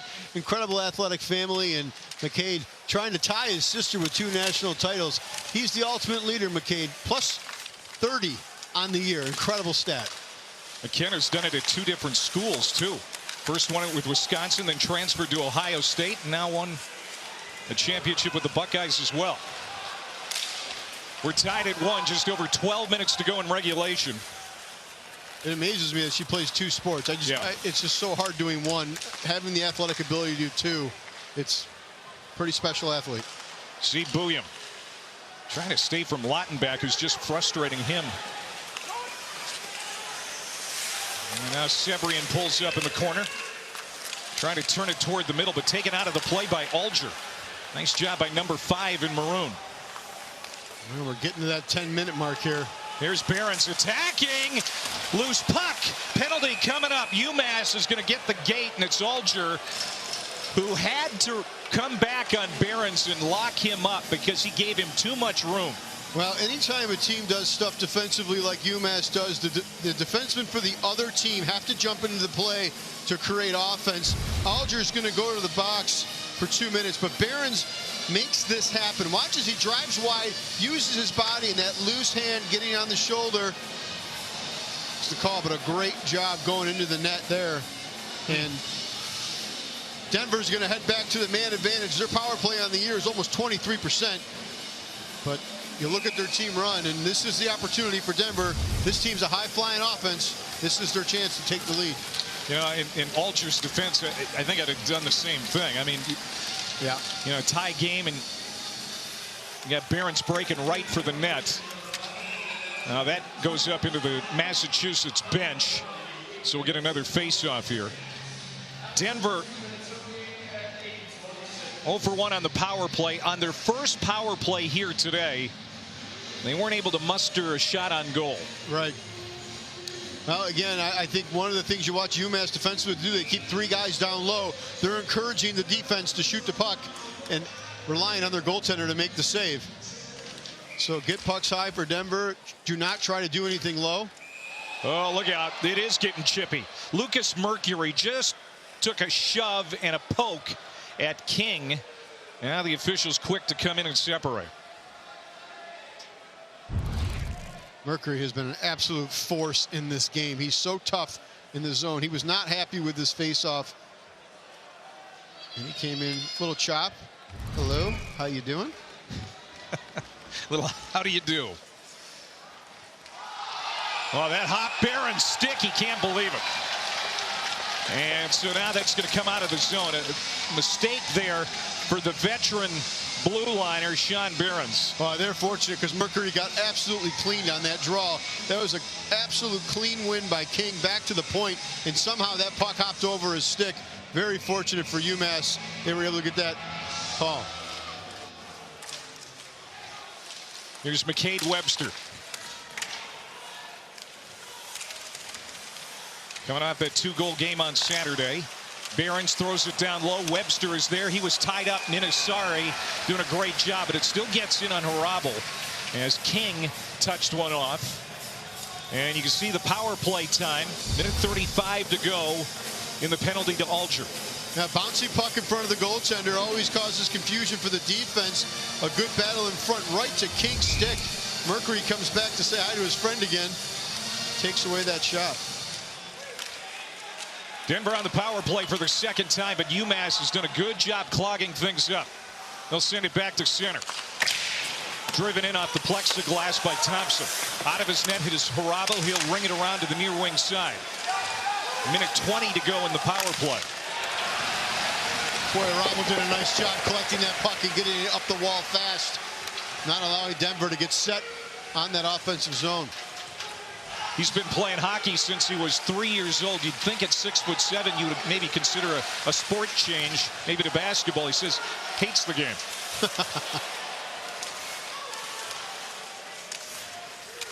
Loose in the corner. And Denver now gains possession.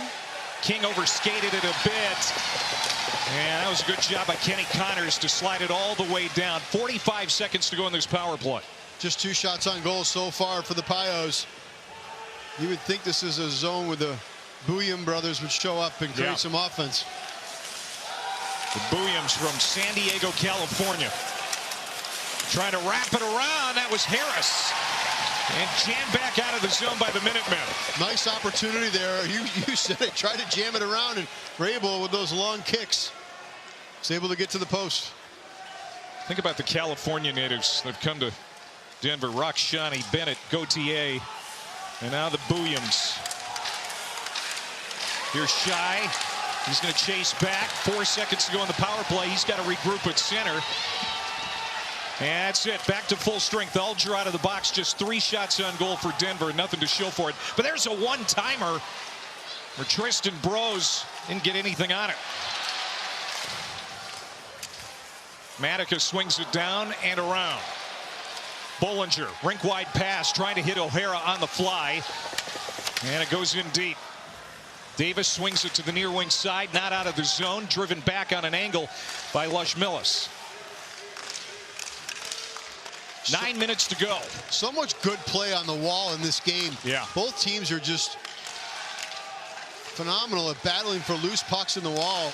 You can put this on tape for USA Hockey to watch, teach kids how to do it. The side of the cage, Jack Musa, one of the better forwards for UMass tried to turn it on. And now Denver gets it out at neutral ice. He tried to hit Rieger Lorenz. Now here's right backhand. Out in front there for Sebrian. Sebrian traces it down to the corner. Now Lorenz long drive that goes high and wide. Near wing side held in by Shai Bouillon. Jared Wright tried to get it back on the near wing. Goes in deep. You know, this is going to come down to conditioning now, Sean. It's just so physical. It's getting late in the game, long in the tooth. 8 minutes to go. Robble, another pad save. Now this one's going to come in, and he's going to give everybody a rest with 8:02 to go. Well, lots of great chances on the man advantage, and the wraparound chance for the Pios behind the net as Harris almost finds a way behind Harabel, but unable. We're tied 1-1. Under 8 to go in Springfield to start the NCAA tournament. Welcome back. Razor, in just about 45 minutes, we got BU taking on RIT. Lots of excitement, lots of stress, lots of anxiety. The boys are getting warmed up and ready to go. Lots to play for here for both of these teams in 48 minutes. That's coming up later, but we got some business to attend to here, Clay. Boy, we sure do, guys. How about Jay Pandolfo, though? First 2 years at BU trying to get to 2 Frozen Fours. Did it last year? Yeah, he's done a heck of a job recruiting and winning. Well, how about the penalty kill for UMass? Denver's been on the power play twice, nothing to show for it. UMass came in struggling on the penalty kill. Really have. And this game against the top scoring team in the country, they've shut them down completely on the man advantage, and to only give up 1 goal so far into this game, and this team is incredible. Sunyev sent it across, and then Upgo puts it down low.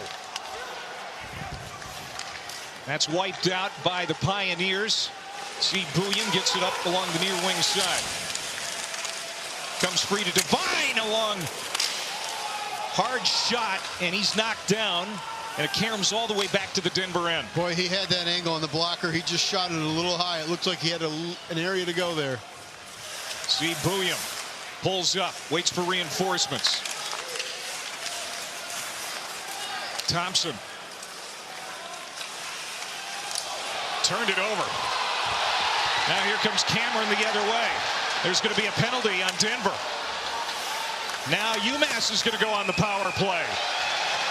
The break that the Minutemen have been waiting for. They've got a special teams opportunity coming up. It's just an unbelievable job by the winger from UMass up high in the zone. Denver trying to make that extra move on the blue line.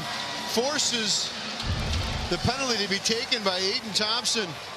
And watch the job defensively here by the Minutemen. They do a quick switch, stay on the puck, get it out. It's McCarr on the battle, forcing them to take a penalty.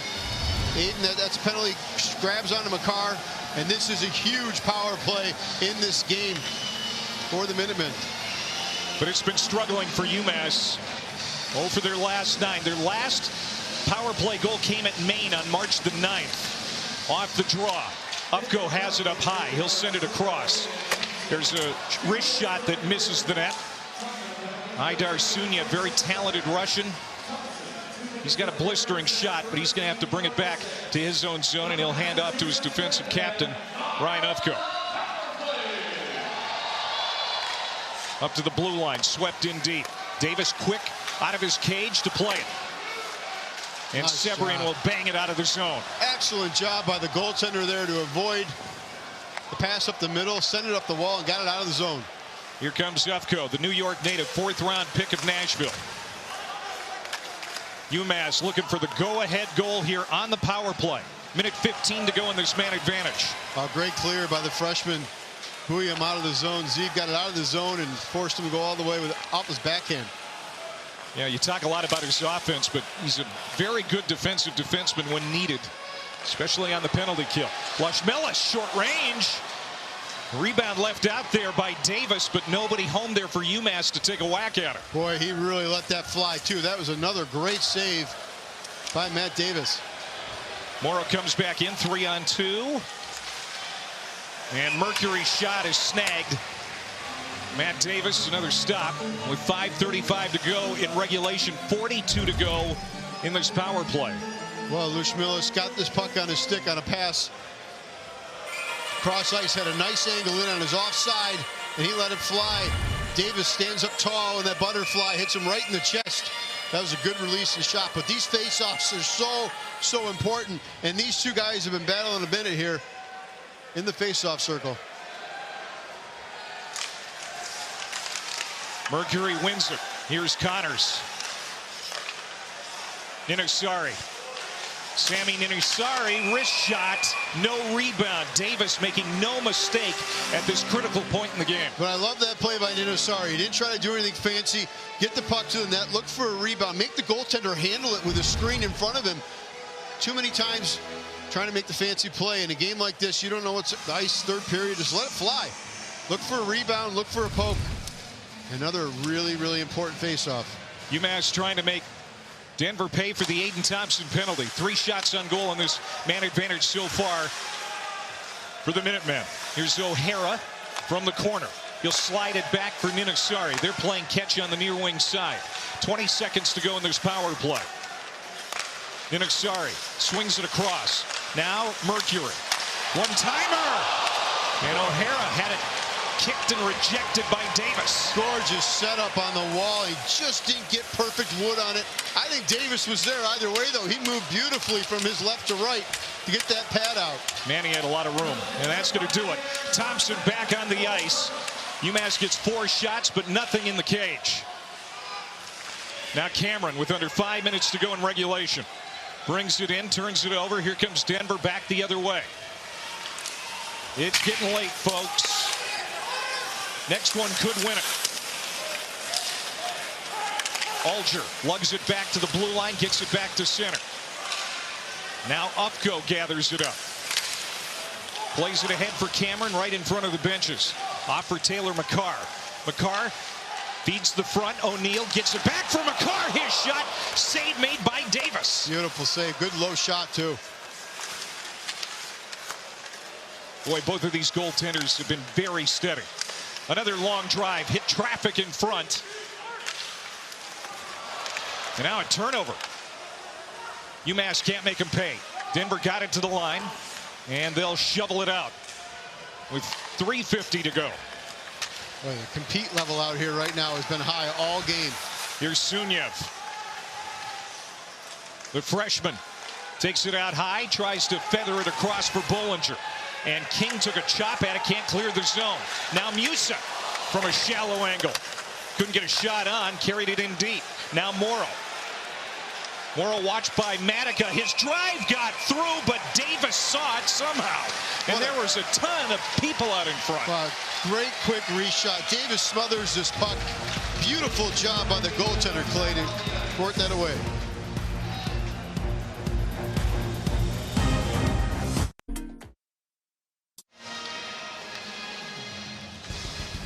NHL Saturday on ESPN+. You got the Wild and the Knights. You've got the Leafs and the Sabres, 3:30 and 7 Eastern on Saturday. He's Sean Richland. I play Matt Vick here at Mass Mutual Center, Springfield, Massachusetts, home of the Basketball Hall of Fame. But we've got a great hockey game here today. Day 1 of the national tournament. Tied at 1 with 3:26 to go. Denver just had a big penalty kill. Is it time now for this offense that we have talked about all year? It's been #1 in the country all season long in scoring goals. But, you know, they haven't been able to generate a lot today. They really haven't. There's been no odd-man rushes. They've had no chances outside of the ordinary off the wall and shots in. It's time for their stars to show up and put one in for head coach Dave Carl there. They got to find a way to get it in. And UMass has done a great job of keeping the shots on goal down to a minimum and frustrating this Denver team. But this is the time of year when your big players got to show up. Off the draw, UMass has it. Morrow gets it to Ninasari. Ninasari down low. Skitters in on the goaltender, and Davis again drives it away. 4.9 goals per game for Denver this year. #1 in the nation. Held to 1 today by this Minutemen neutral zone clogging defense.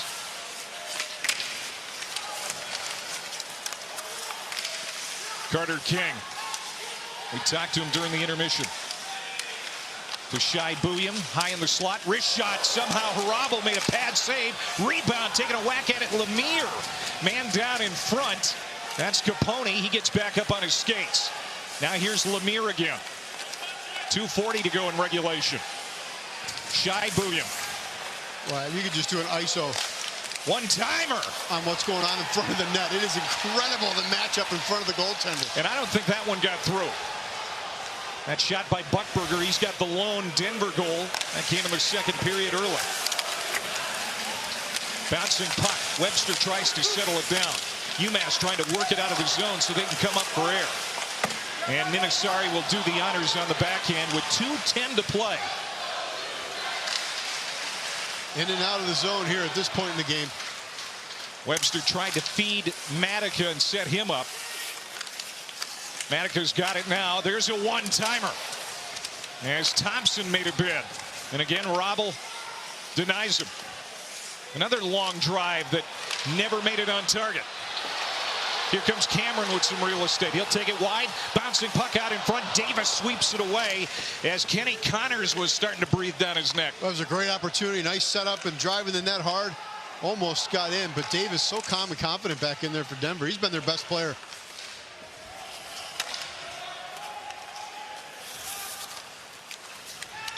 Man, both of these goaltenders deserve a star after this game is all said and done. Win or lose. Sunyev comes in on side for UMass.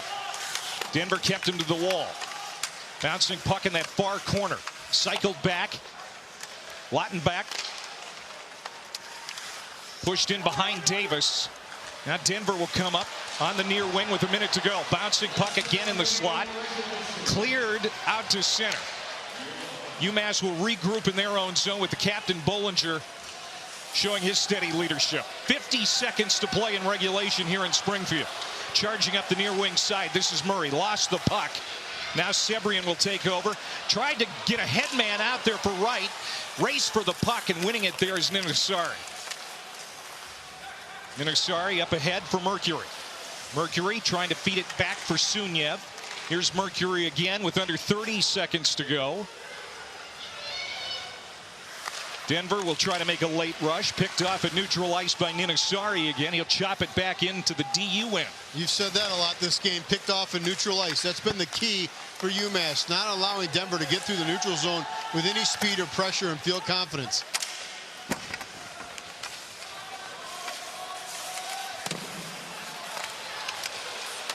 How about you, Springfield? We've got overtime. Why wouldn't we in this game? What a heck of a tournament start here with this game. 1-1 in the third. Both goaltenders have been just fantastic in this game.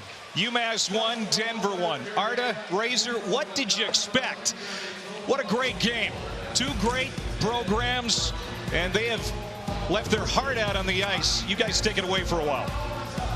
What a great game indeed, Razor. We are tied at 1. We are going to overtime. Overtime was scarce last season. Wasn't it the championship game that we saw? Two of them, yeah. The overtime and the championship, one in the second round of last year. And here we are, the first game. One. Yeah. What a way to start the national tournament. We've got an overtime game. UMass and Denver knotted at 1. As we head into overtime, number 1. Game has been even. You look at the chances. They're dead even at 14. The face-offs essentially even. Shot attempts basically even. Sean Richland, Clay Matvick looking forward to this OT. What's going to decide this? Well, typically it's a fluke play, a bounce, a shot that goes through traffic, finds a rebound. You have no idea. This game has been played so well defensively, clogging the neutral zone.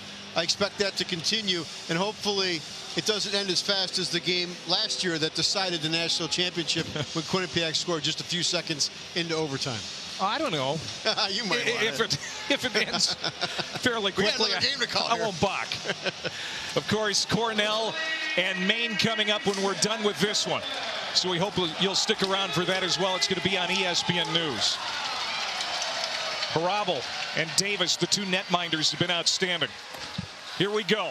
Next one wins it.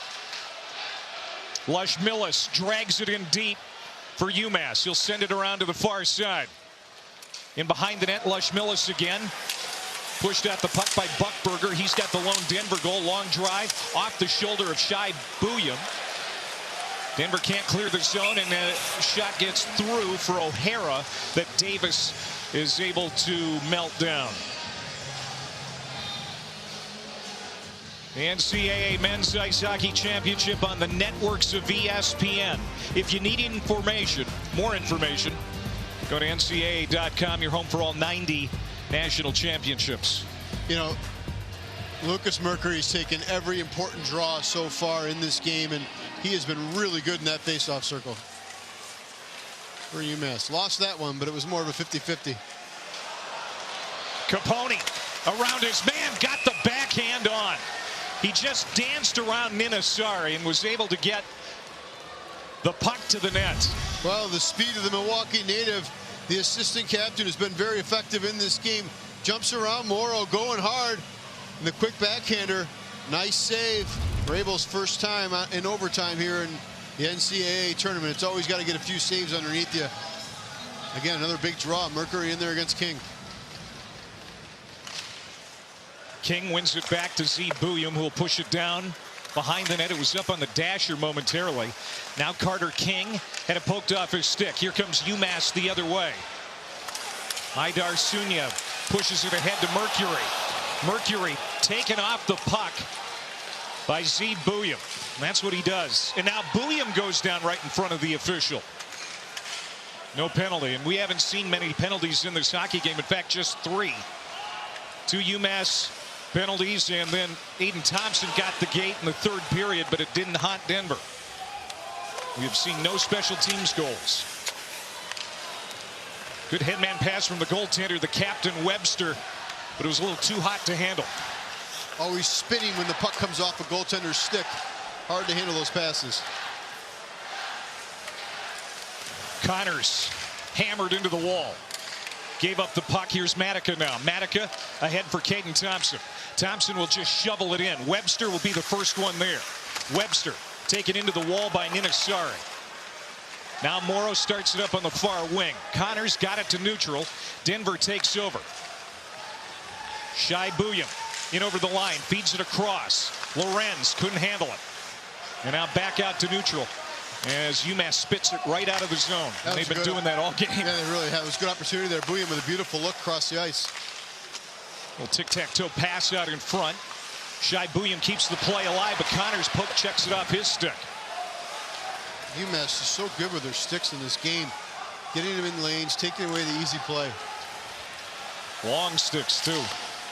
There's a long, shallow angle shot that gets through for Cole O'Hara. Another stop for Matt Davis. 17:41 to go in overtime, number 1. The right to play either Maine or Cornell on the line in this one. Yeah, both goaltenders have been great. You saw O'Hara rip that one in. They've probably been the first star of the game for both teams, but the game plan for Coach Greg Carvel certainly has been solid. They have been on top of the play all game, and after getting dominated by BC in the semis of the Hockey East, they found a way to kind of flush that and come back and play a good physical game, take away the neutral zone, and they knew they were playing a similar team here, a high offensive team. What did we do wrong? How do we fix it? And they really have executed and brought a different game. Oh, centering pass. And then Murray tried to touch one off at the top of the circle. That was broken up, and Denver will bring it out of the zone. Nice takeaway here by Cole O'Hara. Z Buium. Oh, no. Oh, just banning on that shot, Owen Murray. King comes in over the line for Denver. On a backhand, goes right to the front. Loose. Oh, what a save by Harabel as Devine was right there. Oh, my goodness. What a save. The goal scorer, Devine, the Hobie candidate. Thompson now drops it back. Here's a shot for Webster. Remember, he's got all those game winners this year. 5 of his 14 goals have been game winners. Now Devine again. Gets it for Buckberger. Buckberger trying for his second one, and he misfired.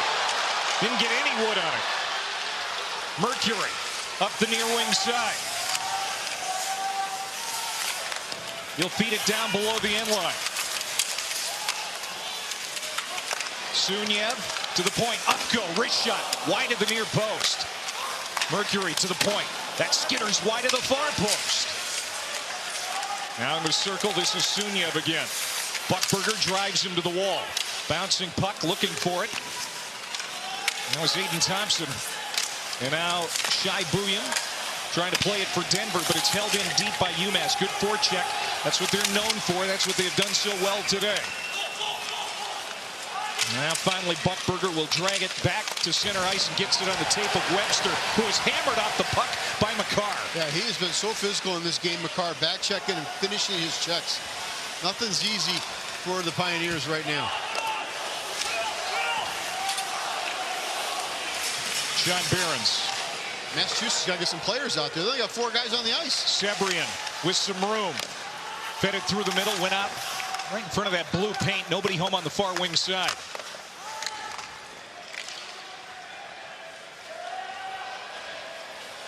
Here's Liam Gorman. He's got the lone goal for UMass. Tied it up in the second period. Across for Morrow. Morrow, nice move to stay away from Jared Wright. Morrow still has it on his backhand. Look at Morrow. What a veteran. And his wrist shot is stopped by Davis. Morrow was trying to end it right there.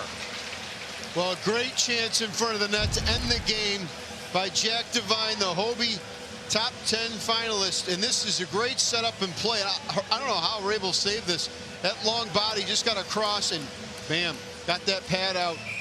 And beautiful look here on the overhead. Devine had it on his tape. What a save. And Coach Carvel said he's got to be the difference maker in this game. And he has been. He has. 19 years old, playing like a salty veteran. And that big body, you don't have much room to shoot at, do you? You really don't. And an icing call here with 15:01 to go in the OT. Devine's had a guy on him, which forced him to shoot the puck low. Normally, he'd like to take that puck and zip it to the top of the net with the goaltender coming across in the butterfly.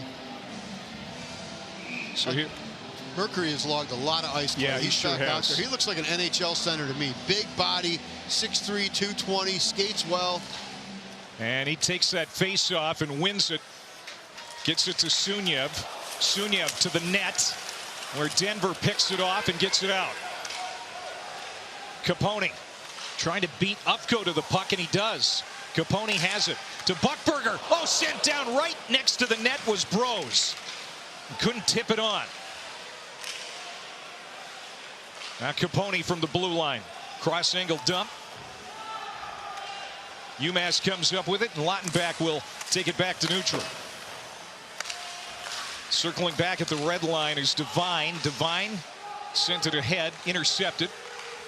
And now UMass has it again. Headman pass to Van Roboys.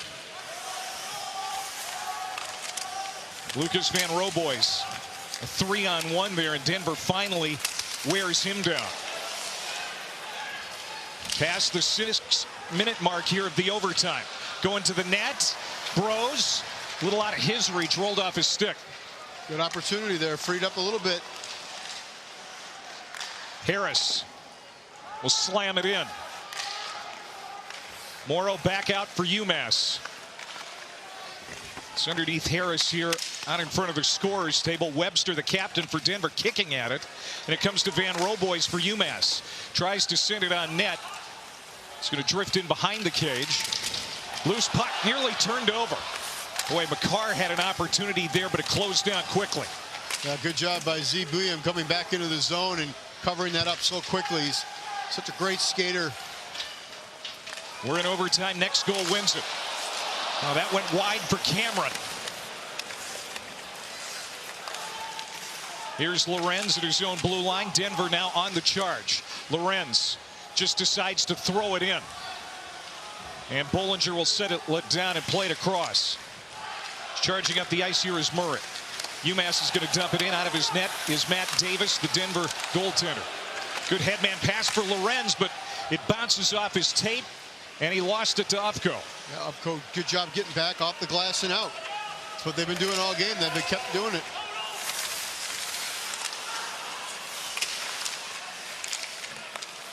Got so many wall battles today.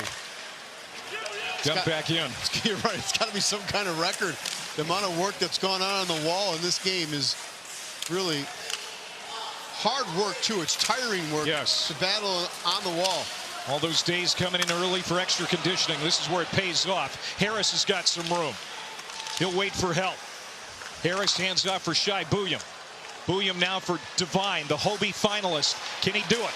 Devine looking for the wraparound. Can't tuck it in. At the side of the cage. Didn't have enough spin on it to get it past Harabel. How about his speed going around the net? He had 2 chances to shoot this puck to Jack Devine and tries to go for the wraparound, and the long reach thwarts it away. A good job coming back by Upco to take away the chance. You'll see on the overhead, Upco's stick is just right there and unable to get it in front of the net. Jack Devine telling you and I yesterday, you know, this is my best year as a hockey player going back to when I first started to skate, but he credits his teammates. He says they have made me great this year. Here's Bros trying to chisel it in at center. Does get it in. It doesn't stay there long. Mercury starts it back for UMass. Sunya to the front with Lautenbach coming in from the far wing. Another wall battle. Devine will dig it free. Jack Devine slides it ahead. King will let it go by him. 11.5 to go in the overtime. Overtime #1 here in Springfield. Denver's just been unable to spring anybody offensively. Inasari tripped. That could have been dangerous there for UMass. They recover. Here comes Cameron now. He has been good today. Steered away by Davis. Morrow holds the zone. Long drive, and I don't think Davis saw it. Got a glove on it somehow, and he's lucky that it goes over his shoulder into the netting. I think it hit his shoulder, actually. What a great opportunity. Suniev driving the net here. Good opportunity.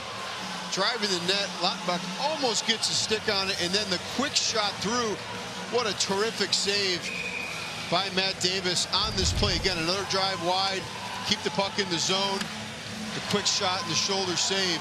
Both of these goaltenders have been sensational in this game. 33 shots on goal for UMass. Matt Davis trying to extend his personal winning streak to 6 games and get Denver onto the next round as that hops the glass. Just over 11 minutes to go in the OT. Man, these goaltenders. I mean, you've got a junior in Matt Davis, but the freshman Michael Harabel.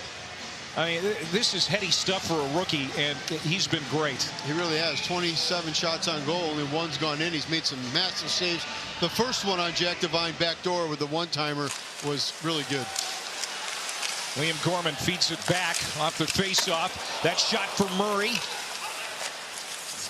Goes wide, and now Murray skating backwards, able to catch up and sweep it back to center, and he luckily was able to get enough on that. Yeah, he was a little awkward going back there, was able to transition, and UMass got to get the puck going the other way and create some offense. Offense has been at a premium at times for both of these teams, just generating scoring chances. Maybe here's something. Lemire, he'll take it wide, rolls off his backhand. He's pushed up against the wall by Ryan Ufko, the captain working hard for UMass. Harabel watching from his cage as the puck squirts to the corner. Now here's Lemire. He takes it to the middle, feeds it across on the near side for Z Buium, who just chops it in deep. Loose puck behind the net. 10 minutes to go in OT. At the Denver blue line. Capone got it ahead. Lemire will just tap it in. Fresh skates on the ice for the Pioneers. Here comes Lorenz into the play. Number 14 in white, trying to turn it toward the middle. Supporting the puck is Sebrian for Denver. This is Sebrian. He'll send it toward the net. Why not? Just get it there. But again, Harabel, good vision, makes the catch. Really nice forecheck there and driving the net by Denver, keeping the puck to the outside, getting it to the middle. And some great work by this line. Sebrian, King, and Lemire, they've been solid all game. And again, continuing to pressure on the wall. So they're going to scrape the ice here. They're not going to take a commercial break as we're in overtime. 9:38 to go, first overtime. Don't forget, we've still got Maine and Cornell tonight from Springfield. That's our second game here in this regional. Those Maine, poor the guys are just sitting around right now playing, kicking the ball around. I don't know what they're doing. Sandwich. It's got to be hard, you know, when you're expecting for a 5:30 puck drop and you know you're going to be delayed. Yeah, and they're going to be, I mean, you got to have an hour in between games. So you know that's going to happen. You're a former player. You had a routine, I'm sure. Yeah, you had a routine, and that definitely messes with you a little bit. But you get amped up, and you just got to calm down and get ready to go. And Greg Carvel's team's got to do the opposite of that. They need to get some energy going hard. The other way, as the Cornell and UMass folks are here to watch. Great crowd here in Springfield. Second NCAA tournament meeting between UMass and Denver. UMass beat Denver in the 2019 national semis 4-3 in overtime. We'll see what's going to happen here as they meet again. Again, it goes to OT. Off the draw. Lorenz for Denver. Battling with Morrow for UMass. Jared Wright chases after it. Minasari on his heels. Up on the far wing, Sunyev gets it out of the zone. He'll flip it in. Lautenbach chases after it. He'll be pushed up against the plexiglass by Boyan. Long drive, trying to tip it on. There was Lucas Mercury. But Karam's wide, and now Mercury throwing his shoulder right into Sebrian and knocks him to the ice. Flipped out in front, swept away and cleared. Denver gets it out. Mercury's an absolute tank out there. Just so hard, plays physical. He scored their only goal Friday against BC. That one sent up over the top of the net by the Russian Sunyev. Now here's Sunyev again, side of the cage going to work. Holding the zone is Murray.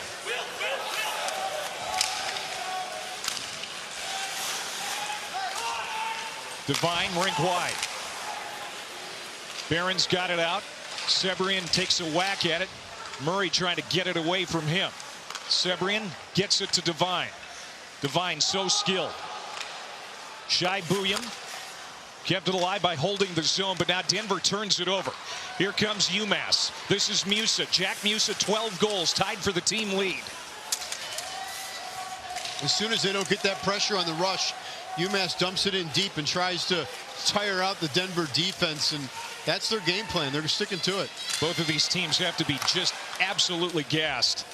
And Davis gets an opportunity to slow things down, and he does with 7:54 to go in the OT. Yeah, it's not like this has been an easy game. It's been a physical game, hard, grinded out game. These teams got to be tired and keep mistakes to a minimum, get the pucks out of the zone. You're at the point now where your legs start feeling like mush. You're trying to just fight through the energy. Yeah, no TV timeouts. They just keep rocking here. And face-off's a premium. You always can get a scoring chance on a face-off in the offensive zone. So have to figure out a way to win, draw if you're on either team here on these face-offs. Buckberger for Denver. Gorman for UMass. The only goals in this hockey game, they both came in the second period. Here's some room for UMass. Cameron got that pass from Kenny Connors. That play just failed to materialize. Webster lost it. Here comes McCarr. Taylor McCarr pulling up on the half wall. Threw it to the middle. Aldrich settles it down at his skates. Throws it into the corner. Denver gets it, and they're going to get it out of the zone with 7:20 to go in the OT. Buyam at center ice. He'll drive it in. Shifts get shorter at this point, too. 30 seconds and get off the ice. Your legs typically can't last much longer. On the far wing, Sunyev chases after. Got it to Mercury. Centering pass for Lautenbach, and the puck was bouncing, and I don't think he got any wood on it. That's twice in the overtime that Lautenbach's had a great chance out in front.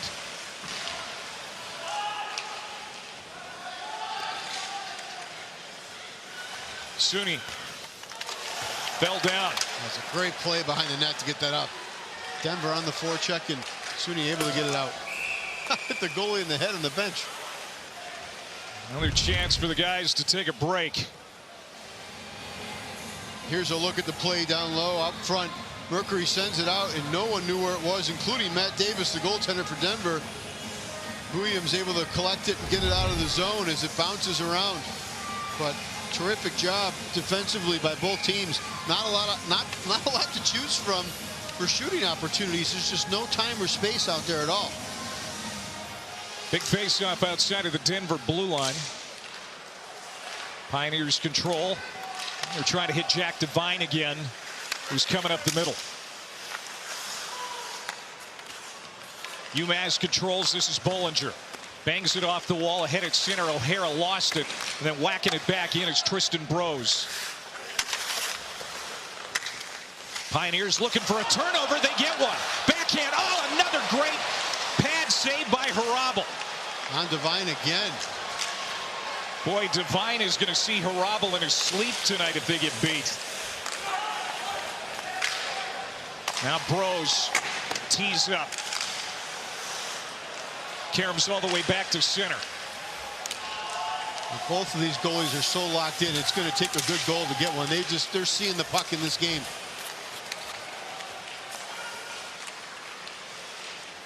This is the kind of game we kind of thought might happen in game number 2, especially with Cornell. I mean, they're allowing under 2 goals per game, but we're getting it here in our lid lifter. What a game to start the tournament off. Shai Buium, that long stick, held it in, and now play is whistled down.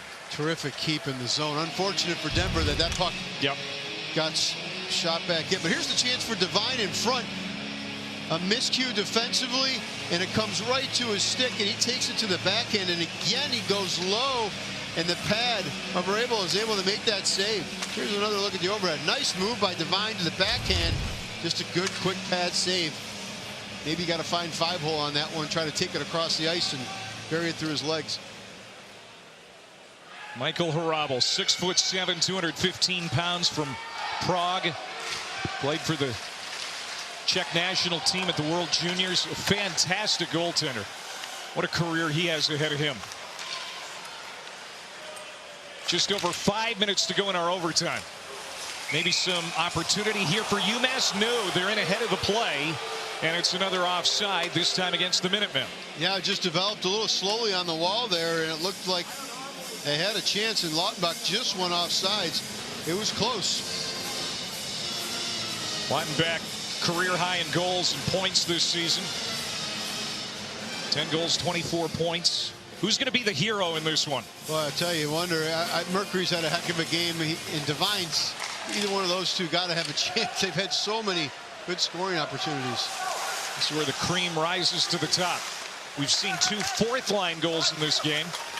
Maybe one of the stars is going to shine here at the end.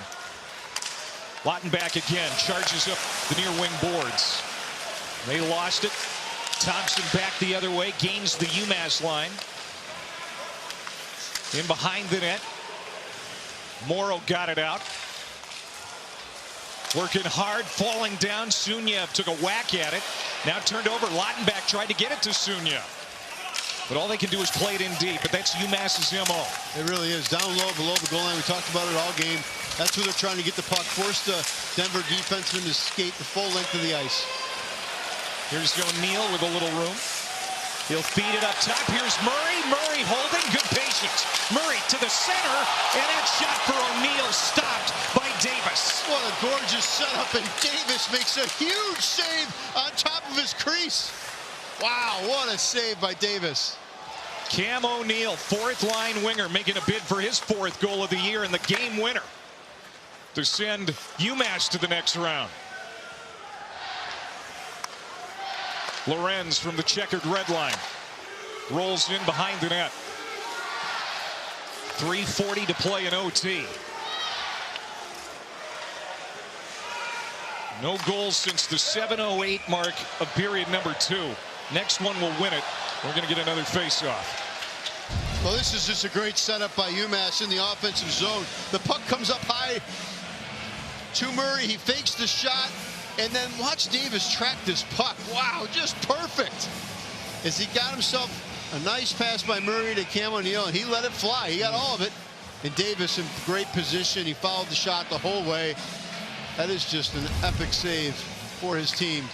In perfect position on that And the rebound went to the corner, which is always important. With that said, Denver out shooting UMass here in the overtime 6-5, and they're getting more chances too. 5 chances to 2 in favor of the Pioneers here in the extra session. And the pace hasn't slowed down all that much yet. Those guys are still going. Upgo retreats back. Get the puck for UMass. Along that far wall. Jared Wright takes it away. Gets it down low for Harris.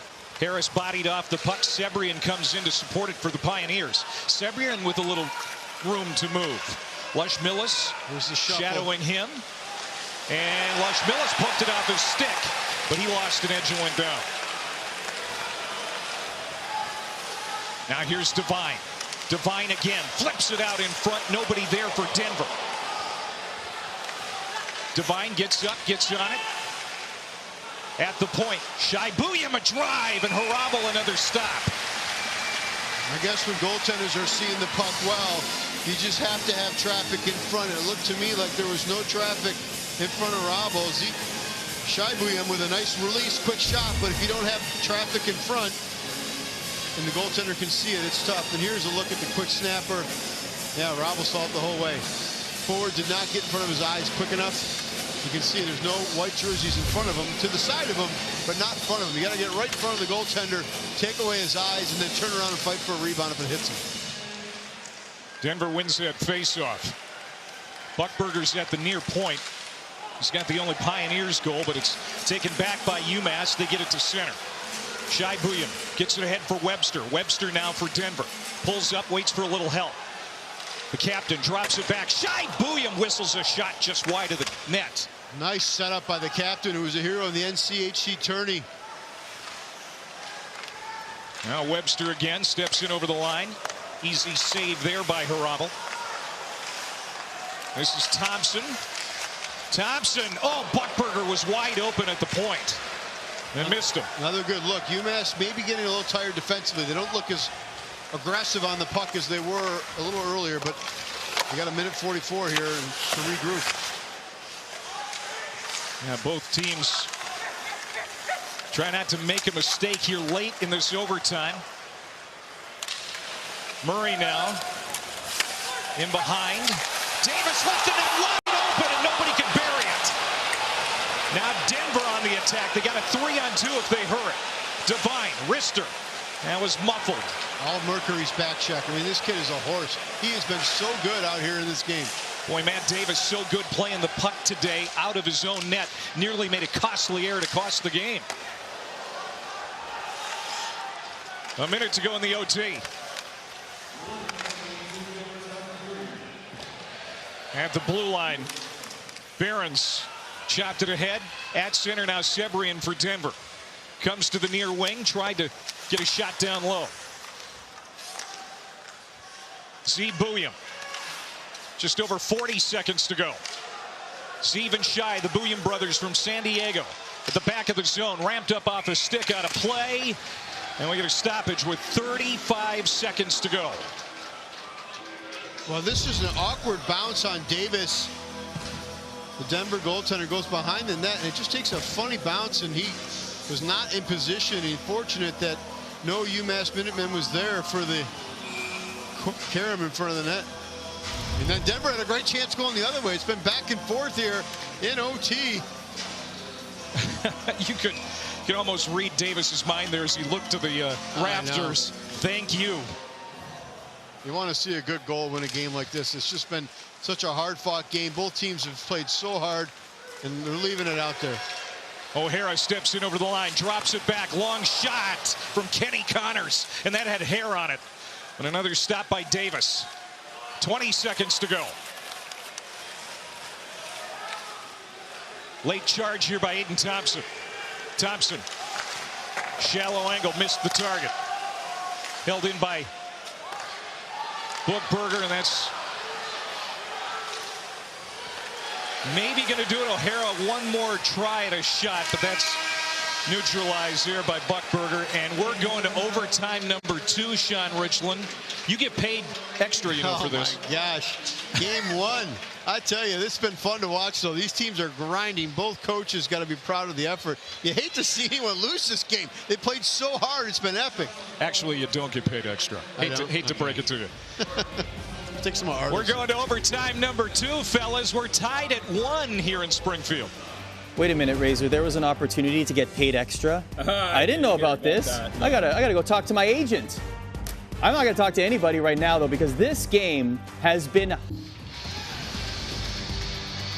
The last time a national tournament game went to multiple overtimes was in 2021 in Loveland, Colorado. Minnesota Duluth beat North Dakota in 5 OTs to advance. We go to overtime number 2 between UMass and Denver. David Carl led his Pioneers to the 2022 national title. I wonder if he even said anything, during the intermission, or if Greg Carvel said anything to his Minutemen, because what needs to be said at this point? These guys have played absolutely fantastic hockey. Unfortunately, somebody's got to lose. Yeah, it's been terrific hockey both ways, and go out, get the pucks in deep, get the pucks out of your zone. Keep it simple. And usually when you get into the overtime, second overtime, first 5 minutes, a goal pops. If it doesn't happen, it tends to drag. UMass 4-3-3 in overtime games this year. Denver 3-1-3. So they both have winning overtime records this year. Shai Buium bangs it off the wall, knocked down by Musa for UMass. He charged toward the net, but then had the puck taken away. Pioneers get it back to the UMass line. Here's where the steady defenseman Ryan Ufko has it. He'll play it ahead. Here's Sunyev off the handoff. Got a shot on pad save there by Matt Davis. Great rebound outside. Not up the middle, went straight to the wall. Loose in the corner. Gobbled up here by Morrow, then lost it. Now here's Wright from a tough angle. And the save by Harabel. Sebrian has it for Denver. He sends it toward the net. Got the rebound. Now we'll cycle it back to the other corner. Wright pitches it in deep. Morrow intercepts. Slides out of the zone for UMass. Now Denver will attack again. Here's Z Buium, and he'll put it into the mesh. About a play. And this is the point of the game where if a defenseman can jump up into the play like Z Buium did there, maybe catch a forward a little tired on the back check or not paying attention, it can create offense. But if it turns it over, it's a massive risk. It can go the other way in an odd man rush. So you kind of got to decide, do you want to push the play or do you want to sit back? I'm pretty certain UMass is going to sit back. We'll see if Denver decides to push the play. Buium, the conference offensive defenseman of the year. Now Webster was kind of wrapped up, tried to get a shot toward the net. UMass has done such a great job shutting down the Stars of Denver today. Manica has it, lost it at the blue line. Kenny Connors, a little lazy pass there, left it back. But Murray bails him out. Here comes Murray through center. Murray in over the line. Murray through a screen. Davis tried to pinch it off and does next to the net with that mitt.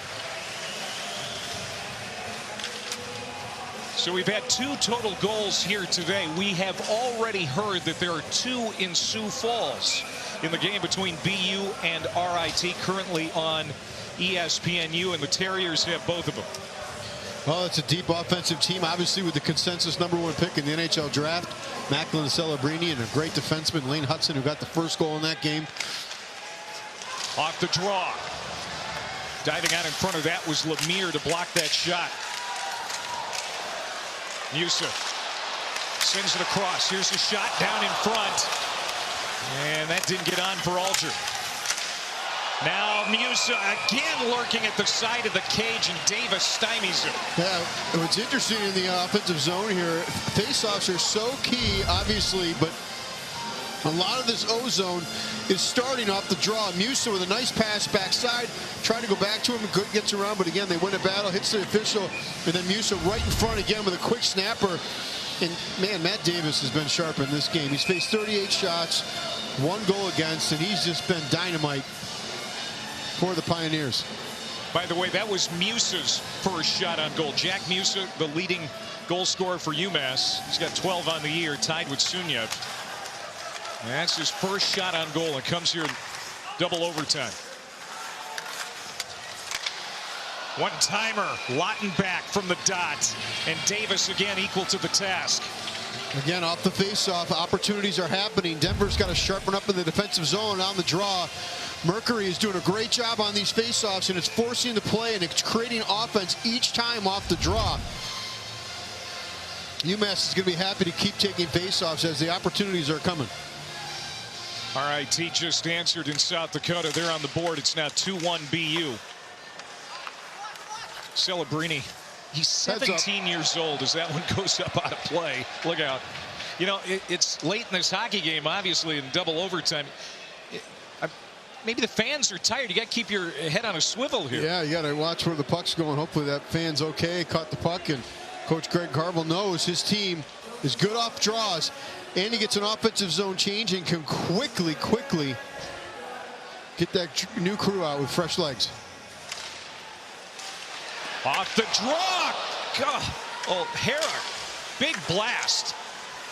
How good has Davis been in this game? He's stopping everything. Nice move by Ufko. His shot goes wide over the shoulder of the goaltender. O'Hara again. He'll cram it in.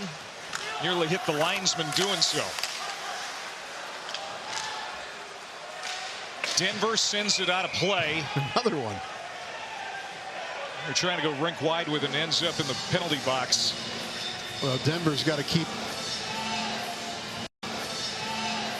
They got to figure out something in this face-off circle. They've really struggled on draws. They're not just winning them, but battling for the loose puck. And there's the Hobie finalist, top 10 finalist, Jack Devine. Great season. Came in as a very young player in the NCAA and has dominated this year in the NCHC as one of the best players in the conference.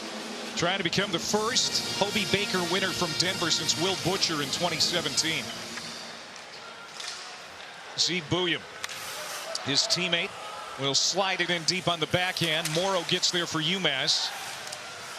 Jack Devine comes over, trying to take the puck away and turn it toward the front. Bros, long drive, kept it low to the ice. It was going to go wide, but Haravel reaches out with that big left arm. It's a great play, though. And get grabs into the net. it. Yeah, he wants it. He wants to get the faceoffs to the goaltender. I mean, both goaltenders have done that. Yeah, everything that's getting to the net, the goaltenders aren't allowing rebounds. Yeah, good job down low, getting the puck. Denver comes in on the forecheck, goes high, quick shot in, taking it fast. Devine getting in and causing that play. Ninasari tripped up, and that's going to be a penalty on Denver. And the UMass fans feeling like there's a real chance here to end this. Sam Harris with the tripping penalty, and the Pioneers are really in a tight spot now. And this faceoff goes in the offensive zone. Remember, here's a look at the penalty. Sam Harris, also from San Diego, goes in on the play here, trying to help out on the faceoff, and just gets his stick on the skate in the trip. Unfortunate penalty. He was going for the puck and hit his skate. And this is a humongous opportunity for UMass, but they have to be careful at Denver shorthanded. They're 0 for 1 on the power play with 4 shots so far in this game. Clean win. Another clean win. Yeah, Ufko, wrister, rebound off the save. Les Millis trying to drive it in. Davis is hurt.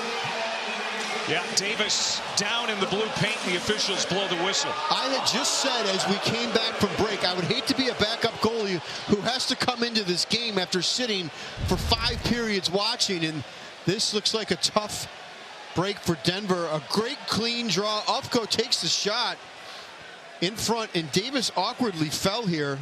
Looks like maybe groin related. Yeah. And he immediately went down. Look at him. He's trying to scamper over. He knows he's in pain and just can't quite get over. But the backup goalie is going to be Freddie Halleck? Yeah, he's going to have to probably come in. And poor Davis, you know, he's been so good in this game. My gosh, he does not want to come out of this game at any stretch, but I'm not sure, based on how he was behaving, if he's going to be able to stay in the net for Denver. Boy, you see the pride in the young man trying to scramble across and make a save when he could clearly see he was in a ton of pain. And Coach Carl looking on with concern for his goaltender, who has been absolutely unbelievable in this game.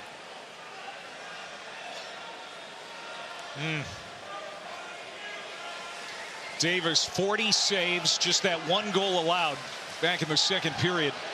Pioneers hoping he can continue. But if he can't, Freddie Halleck is getting ready. Cochrane, Alberta native, a freshman.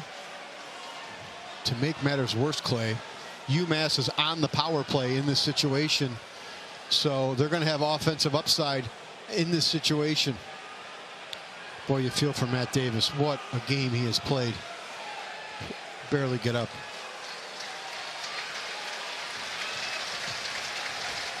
Looks like he might try to stick it out here. Yeah, it sure does. And remember, Davis was banged up. Came back from injury this season.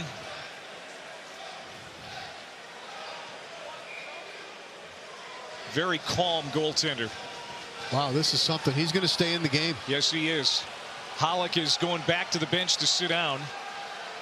And Davis, Carl might want to call a charge on here. Yeah, both coaches have their timeout remaining. I don't know, man. That looked pretty bad to me. He might want to. Well, we'll see. Hopefully he can go. Hopefully Matt Davis is okay. UMass on the power play for a minute 47 yet. And Davis, great courage, stays in the game. Ufko holding that right point for the Minutemen. Ryan Ufko. Morrow thought about the one-timer. Morrow over to Ufko, and his wrister is off his stick over the net. Here's Morrow again with a lot of room. His shot goes wide of the post and out of play. Boy, Davis looked good there. He was moving well. Man, what a chance in front for Morrow on that quick pass across. This is a great setup on the wall. Musa does a good job going in to cause confusion. Morrow has the puck, and Barons again gets in the way of that shot and forces it wide. And just hit the outside of the post. Another huge face-off here. Denver's got to find a way to start winning draws. I don't know. They've not won many here in the second overtime. Carter King is able to get enough separation there as the Pioneers pull it back down into the UMass end. Musa sends it across. Here comes Ufko in over the line. Sunya trailing on the play. Ufko will feed it across for Musa. Over a minute to go in this power play here in double overtime. Morrow. Ufko in the circle for Sunya. The freshman being very patient. Back to the blue line for Morrow. Now here's Ryan Ufko again. Jared Wright standing in his way. Morrow in the circle. Shot. Davis left a rebound out there. Morrow tried to cram it in. Boy, he got a great shot off, too. That was a heck of a save.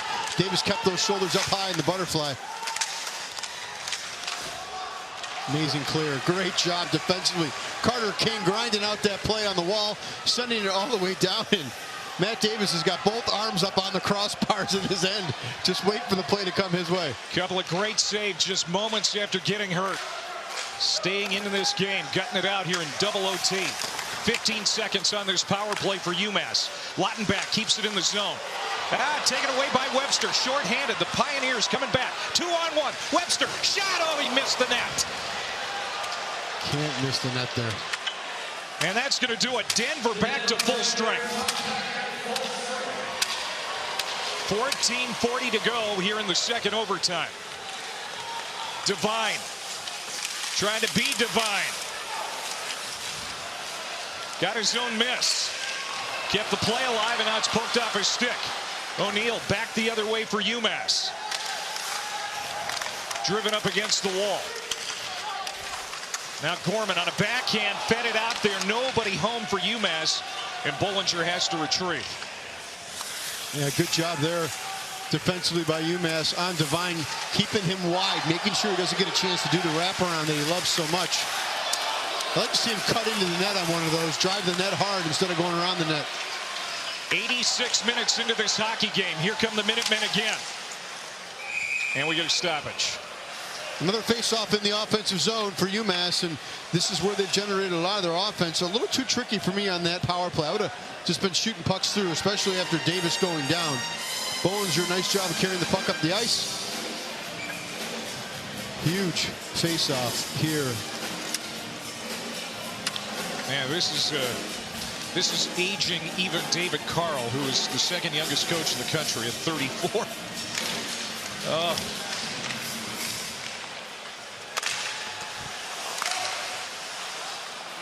At center ice, Alger, the defenseman for UMass, will wrap it around.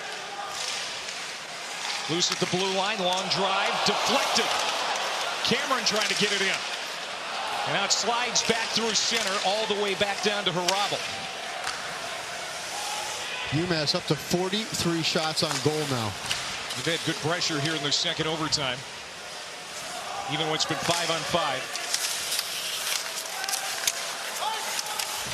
Webster on the forecheck, Maddock there.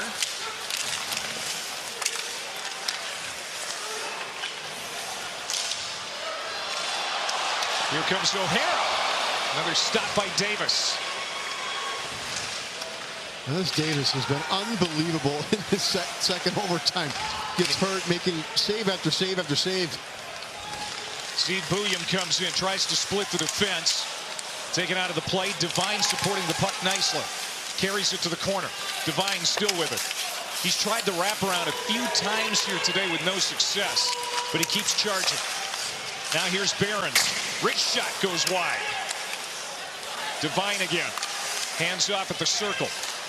Overskating it is Zeeb. Zeeb keeps it in the zone. Zeeb gets around his man. O'Hara goes to the front. Oh, there was Bros right on the doorstep. And it was kept out by Harabel. Thompson a drive. Pad save Harabel. That save by Harabel was unbelievable on the backside. Beautiful. Now they hop the stick of Bouillon. He has to come back to center ice. Denver will drive it in. They'll get new skates on the ice. Just over 12 minutes to go here in the second overtime.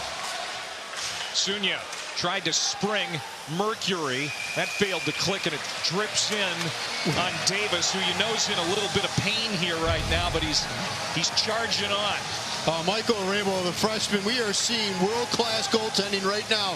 Zebuyev comes in, a nice job going in. Look at that butterfly. Bros all alone in front, and they got to get the puck up on Rabel when he goes down. Look at this. Watch his pad shoot out. Boom.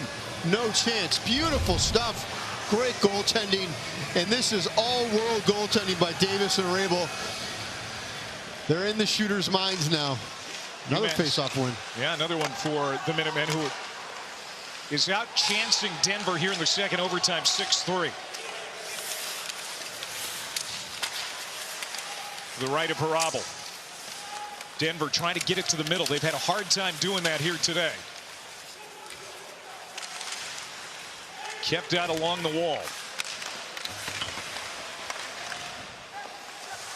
Wright has it. He'll pound it in deep for the Pioneers. And again, short shifts here for both teams, Sean. Yep. Keep them quick, keep them fresh, get the pucks in deep. There's a blocker saved by Davis as Murray sent one on. And like you said, they're just spraying pucks on the net, hoping to get lucky. At this point of the game, that's what you want to do. Throw it at the net and try to create havoc in front, look for a rebound. But the way these two goalies are playing, you're going to have to get a funky bounce. One versus fours. You know, the one seed has won these multi-overtime games. The last four, and have been a 1 versus 4 in overtime, have gone to the one seed. One-timer Musa hit a body in front. Behrens jumps on the loose puck and moves it out for Denver.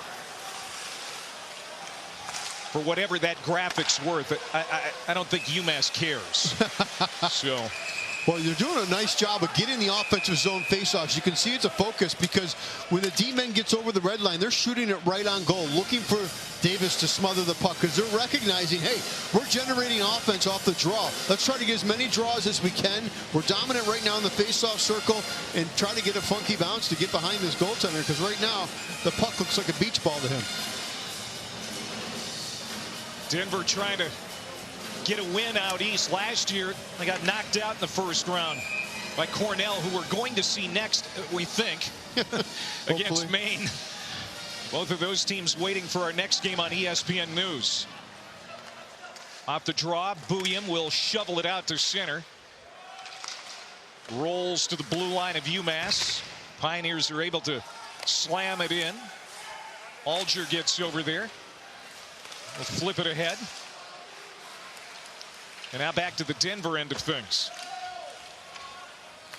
Nice chip in there by McCade Webster, getting it deep, forcing UMass to go all the way back. But Denver has not had much sustained forecheck. They got to find a way to get the pucks in deep and go after them. Harabel guides that one to the far corner. Thompson tried to turn it back on net. But here comes UMass again with O'Neill pushing it in. As UMass gets new skates on the ice. 45 saves for Davis, by the way. That's a career high as we'll get another puck out of play. This faceoff will come back outside the blue line. So, you know, in your playing career, when you're in situations where it's overtime, double overtime, and you're tired, what's the most important thing for these players to do, to keep in mind? You just got to play on the right side of the puck. You can't take any chances offensively because if you get yourself out of position, it will allow the other team to have a potential 2-on-1 or 3-on-2 opportunities. So you'll see all the teams playing on the low side of the puck.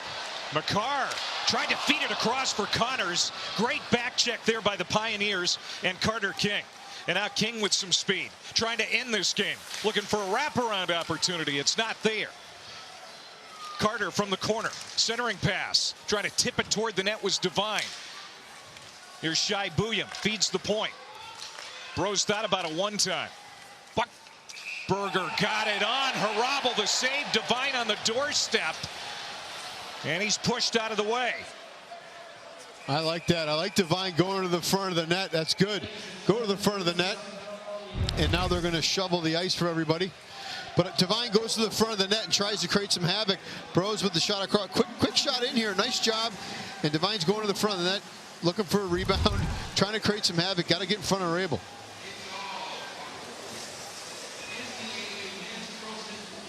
All right, this was earlier here in double overtime. Matt Davis, in making a save, a great save, by the way, appeared to injure his groin or his knee, and it looked like he was on his way out of this game, but he has courageously stayed in. Yeah, he's done a nice job of recovering and coming in and still making great save after great save. And you'd hate to put the backup in who's been watching for almost 5 periods now. He's having a conversation like, hey, if I got to come out, man, I need your help. But that was a huge save he made when he got injured there on the doorstep. Nico Matica was sitting right there with an opportunity to end the game, and it somehow hit the absolute tippy top of his skate. Freddie Hollick, by the way, he's 6'5". He almost matches Harabel in height. I mean, but Hollick, a freshman. Yeah. I mean, that would be a very difficult situation for a rookie to be put into. Absolutely. He's played a lot of hockey this year. He's 8-4-0 with really good numbers, but you want to stick with Davis if you can, and they have. Sebrian along the wall. Long drive. Went right through the blue paint. Buckberger hammers it in. Out of his net is Harabel. Rolls it to the corner for Mercury. And now Sunya will start it ahead for Lautenbach. Chop back out to center ice. Now on the stick of Shai Bouillon. Bouillon off for Sebrian. Sebrian couldn't play it. Now Lautenbach for UMass. And again, no rebound, no mistake from these goaltenders. Who's going to end this thing, Sean Ruchland? Well, I'm not going to because I'm up here. But I kind of ruled you out already. Hate to tell you. The best thing you can do if you're UMass is continue to get the puck on net because you're winning the draws in the offensive zone. It's creating chances for you. If you're Denver, you've got to find a way to get some offensive zone pressure. They just have struggled to get the puck out of their end. Morrow gets the loose puck. Wrist shot that had a lot of life to it, but it goes wide of the net. Minasari plays it down with his glove. UMass has to regroup at center ice. O'Hara for Morrow. Morrow trying to stay away from the check of Thompson. And now UMass again will fling it to the near wing side. O'Hara looking for someone in front. Oh, he had his man Lushmillis. Net goes up and off its moorings, and play is whistled down. Boy, they had the man right in front, but they didn't get a shot. Jack Musa tries to go between the legs here on the second rebound as Lushmillis gets the puck in front. O'Hara does a good job of corralling it on the back end and throwing out in front right there. Watch him go try to go between the legs. Oh, almost had it, Musa. Overtime. Here's a nice look on the overhead. Davis again in proper position. Musa tries to do the sneaky play, which is the only play he really had. Good opportunity. Another offensive zone draw.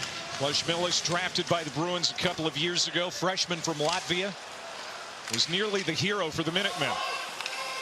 Speaking of minutes, 8:20 to go here in overtime number 2.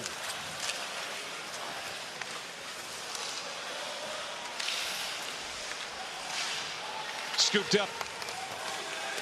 Here comes Denver. Long drive by Lemire. Bodied away by Harabel. Cameron overskated it. Goes back. Lost the puck. Lemire again for Denver. Teeing off there is King from center ice as Denver gets it in deep. Next one wins it. We're in double overtime. Maine and Cornell having to wait. And whoever wins that game is getting the benefit here, because these teams are going to be gassed on Saturday. That's for sure. Here's Bros now, top of the circles. He scores! Tristan Bros ends it, and Denver is moving on with a double overtime victory here in Springfield. I have a feeling this may be reviewed. Coach Carvel is going to have this reviewed. I don't think UMass is convinced this wasn't goaltender interference, but a great job. They found separation, got a quick shot in, and we'll take a look if Michael Rabel was interfered with. There was definitely traffic in front of the net, which you have to do on a great goaltender like him. A nice job down low by Devine, fighting for the loose puck. King gets it, throws it up front. Buckberger takes control, back to him now. Look in front of the net. Ooh, that is hard to tell. You know, I think it might stand. I think that I don't know. I think that Harris was pushed into the goaltender by Bollinger. He's outside the crease, so he's not in the crease. It's a good battle in front. Ooh, I don't know. There's got to be video evidence to overturn it.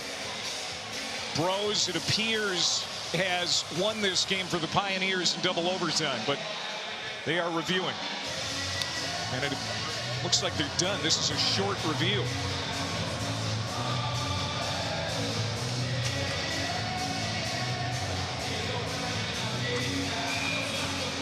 It's over. Denver is moving on. And Tristan Bros, who has been red hot in the postseason, 18 points in the last 14 games, gets the overtime game winner. It's his 15th of the year, and Denver, in just a grinded-out game, ends UMass's season 2-1 here in Springfield. Yeah, you see the UMass players, they can't believe it. They're watching the